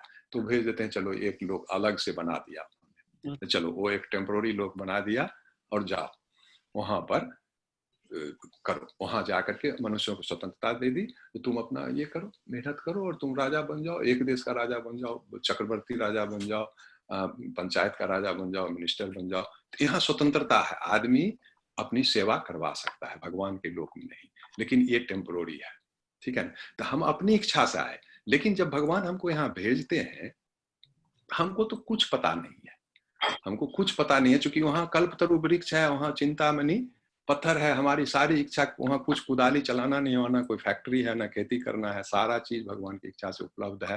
बस वहाँ भगवान के साथ भगवान की सेवा करना है, नाचना है, गाना है, बस इतना ही काम है, आनंद के सिवा और कुछ नहीं है। तो जो आत्मा यहाँ आती है उनको कोई अनुभव नहीं होता है। तो इसलिए भगवान फिर वेद देते हैं, ज्ञान भी देते हैं, ठीक तुम जा रहे हो, और भगवान परमात्मा को उनके हृदय में बैठा देते हैं, ठीक है भैया ये मेरा पुत्र जा रहा है उस माया नगरी में, तो तुम इसके साथ रहो। इसलिए पूरे तत्व में भी, एटम में भी परमात्मा बैठ जाते हैं और हमारे हृदय में भी बैठ जाते हैं हमारी इच्छा की पूर्ति के लिए, और एज ए परमात्मा हमारी इच्छाओं की पूर्ति करते हैं। लेकिन साथ में ज्ञान भी देते हैं, वेद भी दे देते हैं, गुरु को भी भेज देते हैं, फिर आना चाहो तो आ सकते। तो इसको ऐसे समझे ना, जैसे आप माता पिता हैं और आपके कई बच्चे हैं और आपके घर में सब बच्चे रह रहे हैं, हाँ बच्चे नौकरी भी कर रहे हैं या पढ़ रहे हैं, माता पिता सारा चीज करता है, बच्चे को कुछ नहीं पता है कि कहाँ गैस मिलता है, कहाँ दूध मिलता है, कहाँ क्या मिलता है, कैसे राशन कार्ड बनता है, कैसे बिजली का बिल पे करते हैं, ही डजंट नो एनीथिंग, है कि नहीं। माँ बाप के साथ है और आनंद में है, लेकिन बच्चे की एक दिन इच्छा होती है, जो माँ बाप के यहाँ है, प्राइवेसी नहीं है।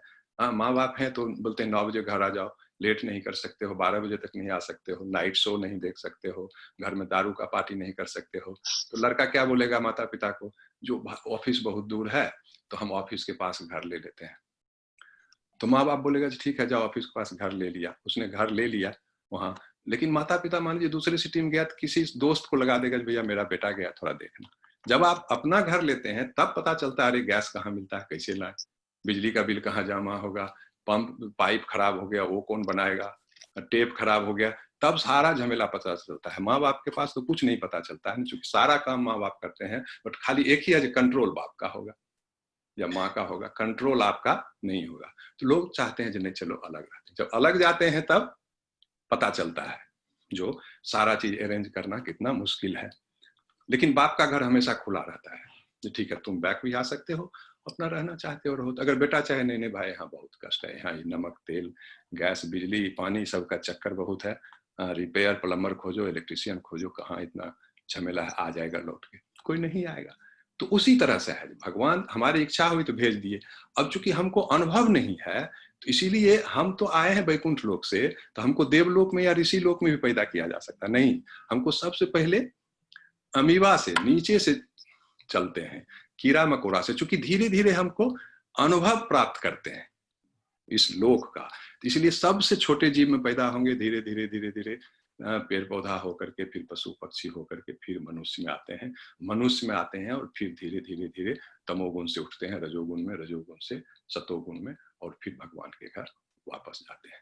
तो ये भी एक प्रश्न है भैया जब हम ऊपर से आए तो हमको नीचे ही रोक देते, ऐसा नहीं हो सकता है, क्योंकि जब आप इस लोक में आए तो फिर यहाँ वो चिंतामणि पत्थर और कल्पतरु वृक्ष नहीं है, यहाँ आपको श्रम करना पड़ेगा और अपनी जो है इच्छा की पूर्ति और जीविका की आपूर्ति करनी पड़ेगी, ठीक है। तो इसलिए हम अपनी इच्छा से आते हैं और जब भी चाहें तो हम भगवान के घर जा सकते हैं। जी थैंक यू प्रभु जी, बहुत बढ़िया गूढ़ रहस्य आपने समझाया प्रभु जी, थैंक यू वेरी मच। ये किस उपनिषद में इसके बारे में ज्यादा पढ़ सकता हूँ मैं, अगर पढ़ने का इच्छा है, चिंतामणि पत्थर और कल्पतरु वृक्ष? ऐसे तो देखिए भागवतम जो है, भागवतम में करीब करीब सारा ज्ञान है, जो 12 महाजन की बात बताए तो विभिन्न चीजों में, और ऐसे क्या है एक जगह तो नहीं है, अब कुछ चीज पद्म पुराण में है, कुछ भविष्य पुराण में है, कुछ कल्कि पुराण में है, कुछ वायु पुराण में है, कुछ ब्रह्म पुराण में है, तो डिफरेंट जगह जो है तो एक जगह इकट्ठे सब चीज नहीं मिलेगा। लेकिन भागवतम मेरे ख्याल से जो है गीता के बाद अगर भागवतम है, उसमें भगवान की सारी लीलाओं का वर्णन है और 12 महाजन ने उसमें उपदेश दिए हैं, 12 कैंटो है जी प्रभु जी, भागवतम में चिंतामणि का वर्णन नहीं है? चिंतामणि का वर्णन आपको मिलेगा, पुराणों में है, और ब्रह्म संहिता में जो ब्रह्मा जी को जब भगवान ने ज्ञान दिया तो ब्रह्मा जी जब भगवान की स्तुति करते हैं तो सबसे पहला स्तुति वही बोलते हैं, चिंतामणि प्रकर सदम सुकल्प वृक्षा लक्षा वृतेषु सुरभि अभिपालयन्तम लक्ष्मी सहस्र सत्संभम सेव्यमानम गोविंदम आदि पुरुषम तमहम भजामि। बोलते हैं भगवान को जब वो देखते हैं, भगवान का लोक जब उनको ज्ञान प्राप्त होता है तो सबसे पहला ब्रह्मा से यही स्तुति निकलता है, चिंतामणि प्रकर सदम सु। जो आपका जो लोक है वो चिंतामणि पत्थरों का बना हुआ है, बड़े बड़े महल जो है सब चिंतामणि पत्थर का बना हुआ है, कल्पतरु वृक्ष है, हाँ गायें हैं और हजारों लक्ष्मियां आपकी सेवा में लगी हुई हैं। हे भगवान मैं आपको गोविंद को प्रणाम करता हूं। तो इस तरह से ये ब्रह्मा की स्तुति ब्रह्म संहिता में देखेंगे, ब्रह्म संहिता का 5वां अध्याय है, तो 5वां अध्याय में यहाँ से शुरू ही हुआ है, उनकी यहाँ से नहीं शुरू हुआ, शुरू तो हुआ है जो ईश्वर परमा कृष्णा सच्चिदानंद विग्रह अनादिरादिर गोविंदा सर्व कारण कारणम, उसके बाद कैसे उनका लोक है कैसा है, लेकिन उसके बाद जब भगवान की स्तुति शुरू करते हैं यहीं से शुरू हुआ। पहला ही बोलते हैं जो आपके यहाँ चिंतामणि है, कल्पतरु वृक्ष है, तो और पुराणों में भी इसकी चर्चा है। प्रभु जी कल ये श्लोका लिखा दीजिएगा। ओके माता। थैंक यू प्रभु जी, हरे कृष्णा, थैंक यू। कुछ लोग सनातन धर्म को राम प्रभु। बुद्धिज्म में believe प्रभु जी कोई और क्वेश्चन पूछना चाह रहा है? स्वाति गुप्ता क्वेश्चन पूछना हाँ, चाह रही है आपसे। हाँ, एक करके एक घनश्याम प्रभु। ओके, स्वाति माता जी आप पूछ लीजिए। हाँ जी, कुछ लोग सनातन धर्म से हटकर बुद्धिज्म में प्रभु आपकी आवाज नहीं आ रही है, आप चाहें तो क्वेश्चन टाइप कर सकते हैं। आपकी आवाज नहीं आ रही है। मैं ये कहना चाह रही हूँ, अब आ रही है आवाज? बाकी सभी लोग म्यूट कर लेंगे, एक ही खोलेंगे, नहीं तो फिर आवाज आती है। हाँ, हरे कृष्णा प्रभु जी, अब आवाज आ रही है आपको? हरे, हाँ जी। कुछ लोग सनातन धर्म को छोड़कर बुद्धिज्म में जाना चाहते हैं, कहते हैं कि हम वहाँ की जो चैंटिंग करते हैं उसको हमारे रिजल्ट मिलते हैं। तो हमारे हिंदू गॉड्स पे इतना बिलीव क्यों नहीं है? ऐसा क्या है हम लोग अपने धर्म से हटकर हम दूसरे के धर्म में जाना चाहते हैं, ये कह के कि हमको वो रिजल्ट्स नहीं मिलते हैं? हमको क्या बुद्धिज्म में करना बुद्धिज्म में कौन सा मंत्र? बुद्धिज्म में चैंटिंग करते हैं। बुद्धिज्म में क्या चैंटिंग करते हैं?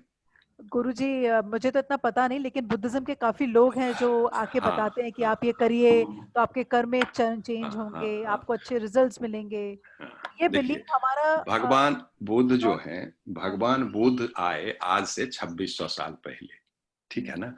जब हिंदू धर्म का आज से 5000 साल पहले वैदिक युग बोला जाता है, 5000 साल 10,000 पहले वैदिक युग में पूरा सनातन धर्म की चर्चा थी, सनातन धर्म ही चलता था। लेकिन क्या हुआ, उस समय लोगों ने जो है पशुओं को मारना, बलि की जो है प्रथा बहुत आगे बढ़ गई। हमारे वेदों में बलि की कुछ कुछ प्रथाएं हैं, कुछ कुछ विशिष्ट चीजों के लिए बलि की प्रथाएं हैं। लेकिन वो क्या हुआ, लोगों ने बलि को शुरू कर दिया और बलि जो है हमारा धर्म बलि ही बन गया।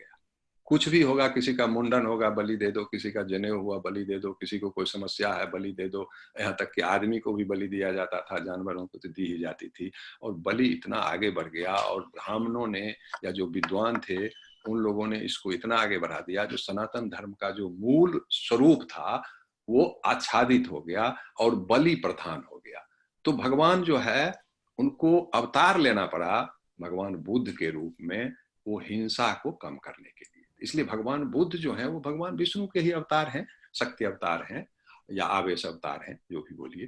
तो वो आकर के उन्होंने स्ट्रॉन्ग प्रीचिंग किया और लोगों को हिंसा से दूर किया। इसलिए महावीर जैन और भगवान बुद्ध, उनका जो मूल ज्ञान है वो अहिंसा पर आधारित है। आप तो देखते होंगे ना, एक ही समय में उसी 2600 साल पहले भगवान बुद्ध भी आए और उसी समय में महावीर जैन भी आए, ठीक है ना? महावीर जैन में तो देखते होंगे वो पट्टी बांधे रहते हैं मुंह पर, 5 बजे के बाद लाइट भी नहीं जलाएंगे, खाना भी नहीं खाएंगे, आगे झाड़ू करते हुए चलेंगे जो चींटी वगैरह नहीं मर जाए। तो वो तो अहिंसा का इतना तक पालन करते हैं, जो रात में नहीं खाना है, वो जमीन के नीचे का कंदमूल नहीं खाएंगे, गाजर, मूली, शकरकंद ये सब नहीं खाएंगे, आलू जो नीचे उसको निकालेंगे तो उसमें जीव हत्या होती है, तो उन फल फूलों को भी नहीं खाते हैं। तो भगवान बुद्ध की जो मूल ज्ञान है उन्होंने अहिंसा पर बहुत ही जोर दिया। और भगवान बुद्ध का जो ज्ञान है, भगवान बुद्ध बोलते हैं कोई भगवान नहीं है। भगवान बुद्ध ने बोला वेद को छोड़ो, वेद बेकार है, और उन्होंने अपना त्रिपिटक लिखा। त्रिपिटक और वेद के भाषा में कोई फर्क नहीं है। उनका त्रिपिटक है शुद्ध पिटक, बिना पिटक, अभिधम पिटक, और उसमें भी करीब 80,000 वर्सेज हैं। और वो बोलते हैं जब ये आत्मा मुक्त हो जाती है तो ये आत्मा परम शक्तिशाली हो जाती है, उसमें भगवान की कोई परिकल्पना नहीं है। तो भगवान स्वयं है और उन्होंने आकर के ये ज्ञान दिया जो वेदों को छोड़ो। क्योंकि अगर वो वेदों को नहीं छोड़ते, वो सनातनी ब्राह्मण को परास्त नहीं करते, तो फिर ये बलि वाली समस्या नहीं जाती।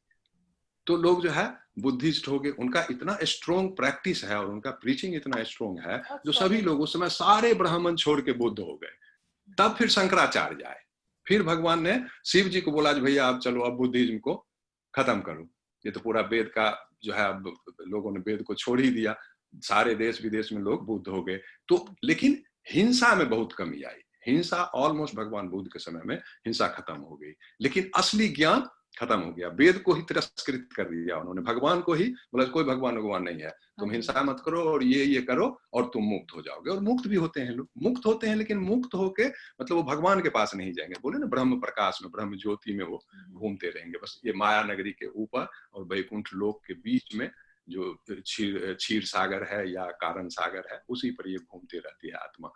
तो फिर या तो नीचे आती है या फिर भगवान से दर्शन हुआ। तब फिर शंकराचार्य आए और शंकराचार्य ने जो भगवान बुद्ध ने बोला वही चीज बोला। आप शंकराचार्य का विवेक चूड़ामणि पढ़े या उनका ग्रंथ पढ़े, एग्जैक्टली वही लैंग्वेज है जो भगवान बुद्ध का है, लेकिन शंकराचार्य ने बोला भगवान है। लेकिन वो भगवान क्या है? शंकराचार्य ने बोला जो निराकार है। क्योंकि तुरंत साकार में चले जाते तो फिर आदमी नहीं मानते, उस बुद्धिस्ट हो चुके थे, भगवान है ही नहीं। आत्मा जब मुक्त हो जाती है तो भगवान हो जाती है। बुद्ध भगवान ने परिभाषा क्या दिया भगवान का?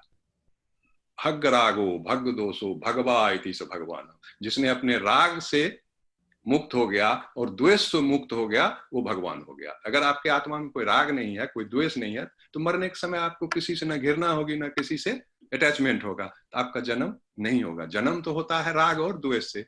मृत्यु के समय अगर राग से मुक्त जो आदमी है, द्वेष से मुक्त है तो मुक्त हो गया। और आत्मा जब मुक्त हो जाती है तो शक्तिशाली तो हो ही जाती है। आत्मा कहीं भी किसी भी 14 लोक में जा सकती है और उसके ऊपर भी जा सकती है, लेकिन वैकुंठ नहीं जा सकती है। वैकुंठ पर जो है वो पहरा है, वो भक्त के सिवा और किसी को एंट्री नहीं मिलती है। तो फिर शंकराचार्य ने 300 साल 300 BC या जब भी आए तो उन्होंने बुद्धिज्म को खत्म किया। तो भारत से बुद्धिज्म करीब करीब खत्म हो गया। थोड़ा चीन, जापान, बर्मा ये सब में मिलेगा, लेकिन शंकराचार्य ने भी सही ज्ञान नहीं दिया।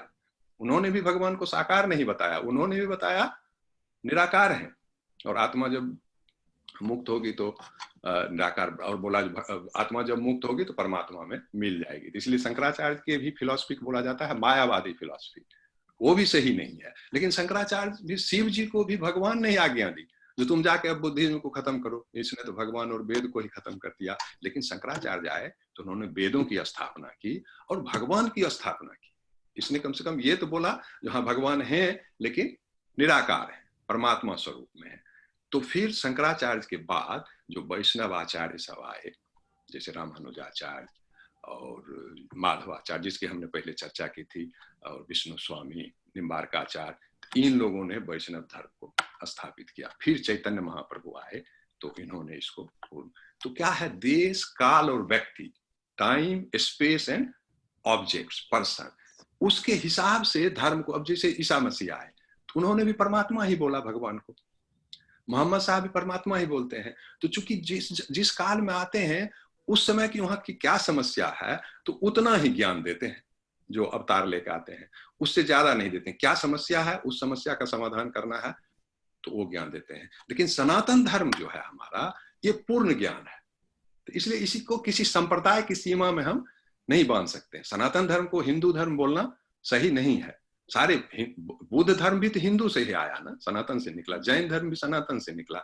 तो सनातन धर्म के अंदर सब है। इसलिए आप देखते होंगे बौद्ध धर्म वाले मिशन चलाते हैं कन्वर्सन के लिए, लेकिन सनातन धर्म में कोई कन्वर्सन के लिए नहीं चलता है, क्योंकि सनातन धर्म ये मानता है कि सारे धर्म तो हमारे अंदर ही है। जो क्रिश्चियन हो या इस्लाम हो या बुद्धिज्म हो या जैनिज्म हो या ताओइज्म हो या जुडाइज्म हो, जितने भी धर्म हैं सब सनातन धर्म के ही ब्रांचेज हैं। इसीलिए ये धर्म वाले कभी ये ऐसा नहीं चाहते हैं कि तुम धर्म परिवर्तन करके सनातनी हो जाओ या हिंदू हो जाओ। Okay, thank you Prabhu, thank you thank Ghanshyam Prabhu. हाँ, हरे कृष्ण प्रभु। हरे कृष्ण। सवाल पूछना था कि आपके लेक्चर यूट्यूब पे अवेलेबल नहीं है ऐसा लगता है। आज तो कुछ किया है, कल वाला तो हमने देखा है। कल हमने बोला था, टेम्पल से बात किया था तो बोले थे अपलोड नहीं हुआ था, पर फिर नहीं कल किए हैं। आज कल वाला तो अपलोड हुआ है, 6 डे अपलोड हुआ है। उसके पहले का हुआ है कि नहीं मैंने देखा। चाहिए था मुझे जी हाँ, लिंक चाहिए था तो वो नहीं है। नहीं है, कल का तो हुआ है। अब फर्स्ट डे और सेकेंड डे का नहीं होगा, 3rd, 4th, 5th और 6th डे ये चारों टेम्पल के पास है। लेकिन रात में हमको उन्होंने बोला था, हमने बोला कई लोग व्हाट्सएप में लिख रहे हैं जो वीडियो नहीं है यूट्यूब पर, तो बोले जो नहीं मैं अपलोड कर दे रहा हूँ। तो आज सवेरे हमने देखा है जो कल वाला है, कल वाला यूट्यूब पर है। उसके पहले वाला मैं चेक कर लेता हूँ। धन्यवाद प्रभु जी, इसको जूम की बजाय हम गूगल मीट पे करें तो कैसा है प्रभु जी? माता जी चेंजेस हो रहे हैं, इतनी जल्दी नहीं हो पाएगा क्योंकि हमने जूम में इन्वेस्ट किया हुआ है, बट वो चेंजेस अच्छा वो कर रहे हैं कुछ। अच्छा प्रभु एक्चुअली जी। क्या है ना, गूगल मीट में प्रॉब्लम था ना, जो 100 से ज्यादा पर फिर वो अच्छा लिमिटेशंस था। पहले हम लोगों ने गूगल हाँ, मीट ही डाउनलोड किया था, लेकिन उसमें प्रॉब्लम हम्म, हुआ जो 100 लोगों से। अब क्या है, प्राय जैसे कुछ कुछ भाषाएं चल रही हैं ना, तेलुगु वगैरह में 300 लोग हैं, इंग्लिश में 200 हाँ, लोग 300 लोग हैं, कन्नड़ में 150 200 लोग हैं, हमारे हिंदी में भी जो है जैसे 2-3 दिन 109 118 136 इस तरह थे, तो थोड़ा प्रॉब्लम हो रहा था। लेकिन अभी लोग चेक कर रहे हैं जो गूगल मीट या और सिस्को वेबएक्स वगैरह किसी में, चूंकि क्या है 15 रूम चल रहा है ना, तो थोड़ा सा फिर सभी को लिंक भेजना। अच्छा, गूगल मीट में क्या है, जो डेली लिंक भेजना पड़ेगा। जैसे जूम में एक बार आपको लिंक मिल गया तो आप उसी लिंक से डेली कनेक्ट कर सकते हैं ना। गूगल मीट में हमको फिर सारे प्रतिभागियों को डेली लिंक भेजना पड़ेगा, तो अगर कोई छूट गया तो वो छूट जाएंगे। अगर और पे ऐसे भी गूगल में पे होता है प्रभु जी, पे भी होता है, तो पे हाँ, में पे एक ही वाला बार होता लिंक है। जाएगा, हाँ, एक ही हो बार लिंक सकता है, जाएगा हाँ उसमें। हो सकता है। तो अब चूंकि इसका हम लोगों ने पे भी कर दिया जूम का। ऐसे देखिए, जूम जो है अमेरिकन कंपनी है, इसके सीईओ चूंकि चाइना के हैं, तो थोड़ा सा गलतफहमी भी है लोगों में, जो चाइनीज अच्छा ऐप है, अच्छा, ये चाइनीज ऐप है नहीं, ये बेसिकली जूम अमेरिकन कंपनी है। लेकिन अब सीईओ चाइनीज है, तो थोड़ा सा है लोगों को ये है जो चाइनीज ऐप है। अच्छा प्रभु जी, हरे कृष्णा, बड़ा आनंद आ रहा है मुझे, हरे हरे कृष्ण, हरे बहुत आनंद आ रहा है। आपसे एक मेरा दिल की इच्छा क्वेश्चन पूछ के 15वां अध्याय मैं याद करना चाहती हूँ। मेरी माँ बोलती थी, जी जब मेरी जी माँ की डेथ हो रही थी, उसको इतना नॉलेज था, 15वां अध्याय कंठस्थ था जी उसको। तो जी 15वां अध्याय क्या कर रही हो? मैं 15वां अध्याय का अंदर ही अंदर कर रही हूँ बेटा। जी जी। हाँ, 15वां तो अध्याय चूंकि पुरुषोत्तम योग है ना, तो पुरुषोत्तम योग में हाँ, उसमें भगवान बोलते हैं ना, इदम गुह्यतम शास्त्रम इदम च हाँ, तो मेरी माँ को कंठस्थ था, तो मैं सोचती हूँ मुझे 15वां अध्याय को याद करा दे। जी जी। हाँ, आएगा 15वां अध्याय भी आएगा। ऐसे सारे अध्याय ही महत्वपूर्ण, जैसे ये अध्याय भी बहुत महत्वपूर्ण है, 7वां अध्याय बहुत ही महत्वपूर्ण अध्याय, इसलिए इसमें हम मेरी लोगों ने माँ बहुत कहती ज्यादा। थी 15वां अध्याय याद करना चाहिए प्रभु जी, आप जी बताइए जी। हाँ, सही है? पुरुषोत्तम योग है, अगर एक अध्याय याद करना है तो 15वां अध्याय याद करना हाँ, वही मेरी माँ कहती थी, है। जी जी। 15वां अध्याय हर को याद होना चाहिए, हाँ ताकि हाँ। वो इस नरक में नहीं भटकता, जी 84 जी, योनि में चूंकि नहीं जो भटकता। कार्तिक महीना में हम लोग सेलिब्रेट करते हैं, कार्तिक महीना में भगवान को दामोदर हम रूप हाँ, में वृंदावन एस्कॉन बांधा में गया बहुत है। जाते हैं ना, हमें देखना है, हाँ, और हमने देखा है। पुरुषोत्तम जो मलमास जिसको हम लोग बोलते हैं, उसको इस्कॉन वाले पुरुषोत्तम मास बोलते हैं। तो हाँ हाँ, भौतिक पुरुषोत्तम लोग मास। भौतिक लोग मलमास को सबसे खराब मानते हैं, लेकिन हम लोग मलमास को सबसे नहीं, वो तो अच्छा पूजा के लिए मानते होता है, हैं। भगवान कृष्ण की पूजा के लिए हाँ, होता इसीलिए भौतिक लोगों को पूजा नहीं करना है, तो इसलिए उनके लिए खराब है। उस महीने में वो शादी है। नहीं नहीं कर सकते हैं, गृह प्रवेश नहीं, नहीं वो कर कहते हैं सकते हैं। विष्णु भगवान कृष्णा की पूजा के लिए द वन हाँ, ऑफ द बेस्ट। तो इसीलिए पुरुषोत्तम मास में जो है हम लोग 15वां अध्याय का डेली पाठ करते हैं, पुरुषोत्तम मास में भी और कार्तिक मास में भी। तो प्रभु जी, इसलिए ऐसी आपका सुविधा हो सकती है कोई याद करा दे छोटा भी पेमेंट है ना। लिए? याद करा दे तो उसके लिए क्या करना पड़ेगा? आप बताइए क्या हो सकता है? इस्कॉन में पाठ ही आके कर रहना सकते पड़ेगा हैं, क्या? पाठ ही कर, याद तो खुद ही करना पड़ेगा, नहीं याद तो कोई नहीं कर सकता। अच्छा, हम लोग पाठ कर सकते हैं, तो हम ऐसा करेंगे 15वां अध्याय के दिन हम सभी श्लोकों का पाठ करेंगे। हाँ, ये ठीक है। बात है। उस दिन हाँ, में 20 श्लोका है हरे 15वां कृष्णा अध्याय प्रभु में, जी, तो बड़ा दिल 20 की क्या इच्छा थी, करेंगे? प्रभु कृष्णा ने पूरी कर दी। हरि बोल, हरि बोल। ओके प्रभु। हरे कृष्ण प्रभु जी। हरे कृष्ण माता जी। यस माता जी। मुझे ये सतोगुण तमोगुण के बारे में जानना था प्रभु जी। जी जी। नहीं, तमोगुण जो बताया ना हमने, इसकी चर्चा तो हर दिन ही होती है। तमोगुण है जो 5 भोग है, 5 प्रकृति है, पृथ्वी, जल, अग्नि, वायु, आकाश। पृथ्वी का गुण है गंध, जल का गुण है स्वाद, अग्नि का गुण है रूप, और वायु का गुण है स्पर्श, और आकाश का गुण है शब्द। हमारी 5 ज्ञानेंद्रिय हैं। रूप के लिए है आंख, स्पर्श के लिए है त्वचा, गंध के लिए है नाक, शब्द के लिए है कान, स्वाद के लिए है जीभ। यही 5 ज्ञानेंद्रिय हैं, और ये 5 प्रकृति के विषय हैं, और हम इसी में फंसे रहते हैं। हमको या तो रूप का दर्शन चाहिए, या गंध चाहिए, या स्वाद चाहिए, या अच्छा शब्द, बड़ाई का शब्द चाहिए, अच्छा संगीत चाहिए, अच्छी बात चाहिए, अच्छा न्यूज चाहिए। तो ये 5ओं में जो हमारा आसक्ति होता है, आपको भजन करने के लिए बैठा दिया जाए, हरे कृष्णा 1 घंटा जपेंगे, उठ के क्या चाहिए? भाई स्वादिष्ट भोजन चाहिए। पेट भर गया तो अब क्या चाहिए? अब टीवी चाहिए, न्यूज़पेपर चाहिए, मैगजीन चाहिए, गीत संगीत चाहिए, है कि नहीं? आप अच्छा गंध चाहिए तो अच्छे शब्द चाहिए, प्रशंसा का शब्द चाहिए, संगीत चाहिए। इस तरह से जो ये 5 विषय हैं और 5 ज्ञानेंद्रिय उसमें लगी रहती हैं, तो जो हमेशा इसी में लग रहा था उसको बोला जाता है तमोगुण में। क्योंकि इन सब में एक शक्ति है, रूप में एक शक्ति है जो हमारे आंख को खींचती है, शब्द हमारे कान को खींचती है, रस हमारे जीभ को खींचती है, स्पर्श हमारे त्वचा को, शरीर को, स्किन को खींचती है, आकर्षित करती है और हम उसके तरफ भागते हैं। तो जो इसमें बंधे रहते हैं उनको तमोगुणी बोला जाता है। और अगर इसको कंट्रोल करें तो जब आपको भजन में, कीर्तन में आनंद आने लगेगा, भगवान की सेवा में आप जब लगा देंगे तो आपको फुर्सत ही नहीं मिलेगा। सवेरे उठेंगे, आरती करेंगे, भगवान के लिए नाश्ता बनाएंगे, फिर आरती करेंगे, फिर भगवान को खिलाएंगे, फिर अपना जपा करेंगे, फिर सोएंगे, फिर उठेंगे, फिर शाम का नाश्ता कराना है भगवान को, फिर रात में फिर आरती करना है, फिर रात में खाना खिलाना है, फिर उनको कपड़ा बदल के सुलाना है, कभी झोला झुलाना है, तो टाइम ही नहीं मिलेगा। और जो भी आप भगवान के नाम से करेंगे तो फिर वो सारे तमोगुण रजोगुण जो है उसका बंधन खत्म हो जाएगा। भगवान से आसक्ति हो गई तब सारे काम भगवान के लिए हो गए। ठीक है, मरते वक्त भगवान का नाम याद आएगा तो भगवान के लोग चले जाएंगे। तो यही विज्ञान है इसका। रजोगुण है जो धन की इच्छा, जब थोड़ा आगे बढ़ते हैं तो और धन चाहिए, और धन चाहिए, और धन चाहिए, नाम चाहिए, पद चाहिए, मैनेजर हो गए तो चीफ मैनेजर चाहिए, चीफ मैनेजर हो गए तो डायरेक्टर, चेयरमैन बनना है, प्रधानमंत्री बनना है, प्रेसिडेंट बनना है। हर आदमी की कुछ न कुछ जो जहां है उसके ऊपर धन, उसका पद और उसका यश बढ़ने की, यही 3 चीज है रजोगुण में। तो जिसकी ये इच्छा नहीं है, जब भगवान की सेवा में लग गया तो फिर धन, पद, यश खुद ही आना होगा तो खुद ही आएगा, नहीं आएगा फर्क नहीं पड़ता है। आएगा भी तो उसमें नाचेंगे नहीं, चला भी गया तो उसमें दुखी नहीं होंगे। जो इसी को निर्द्वंद बोलते हैं, द्वंद्व मुक्त। द्वंद्व मुक्त मतलब कुछ प्राप्ति हो गई तो वो भी भगवान का है, उसमें बहुत खुश नहीं होना है, कुछ चला भी गया तो उसमें दुखी नहीं होना। ये रजोगुण है। सतोगुण तो ठीक है, अभी जो हम लोग कर रहे हैं गीता का अध्ययन, भागवतम कथन, भगवान के बारे में जान रहे हैं, ये सतोगुण है। तो सतोगुण में तो जाना ही है, लड़ना 2 ही से है, तमोगुण से और रजोगुण से। और जैसे ही भक्ति में नवधा भक्ति का आप करेंगे, आएंगे, तो आपको वक्त ही नहीं मिलेगा तमोगुण और रजोगुण में जाने का। और अगर भगवान की तरफ है तो ठीक है, तमोगुण रजोगुण भी है तो उसमें भी कर्म का फल भगवान को लगेगा, हमको नहीं लगेगा।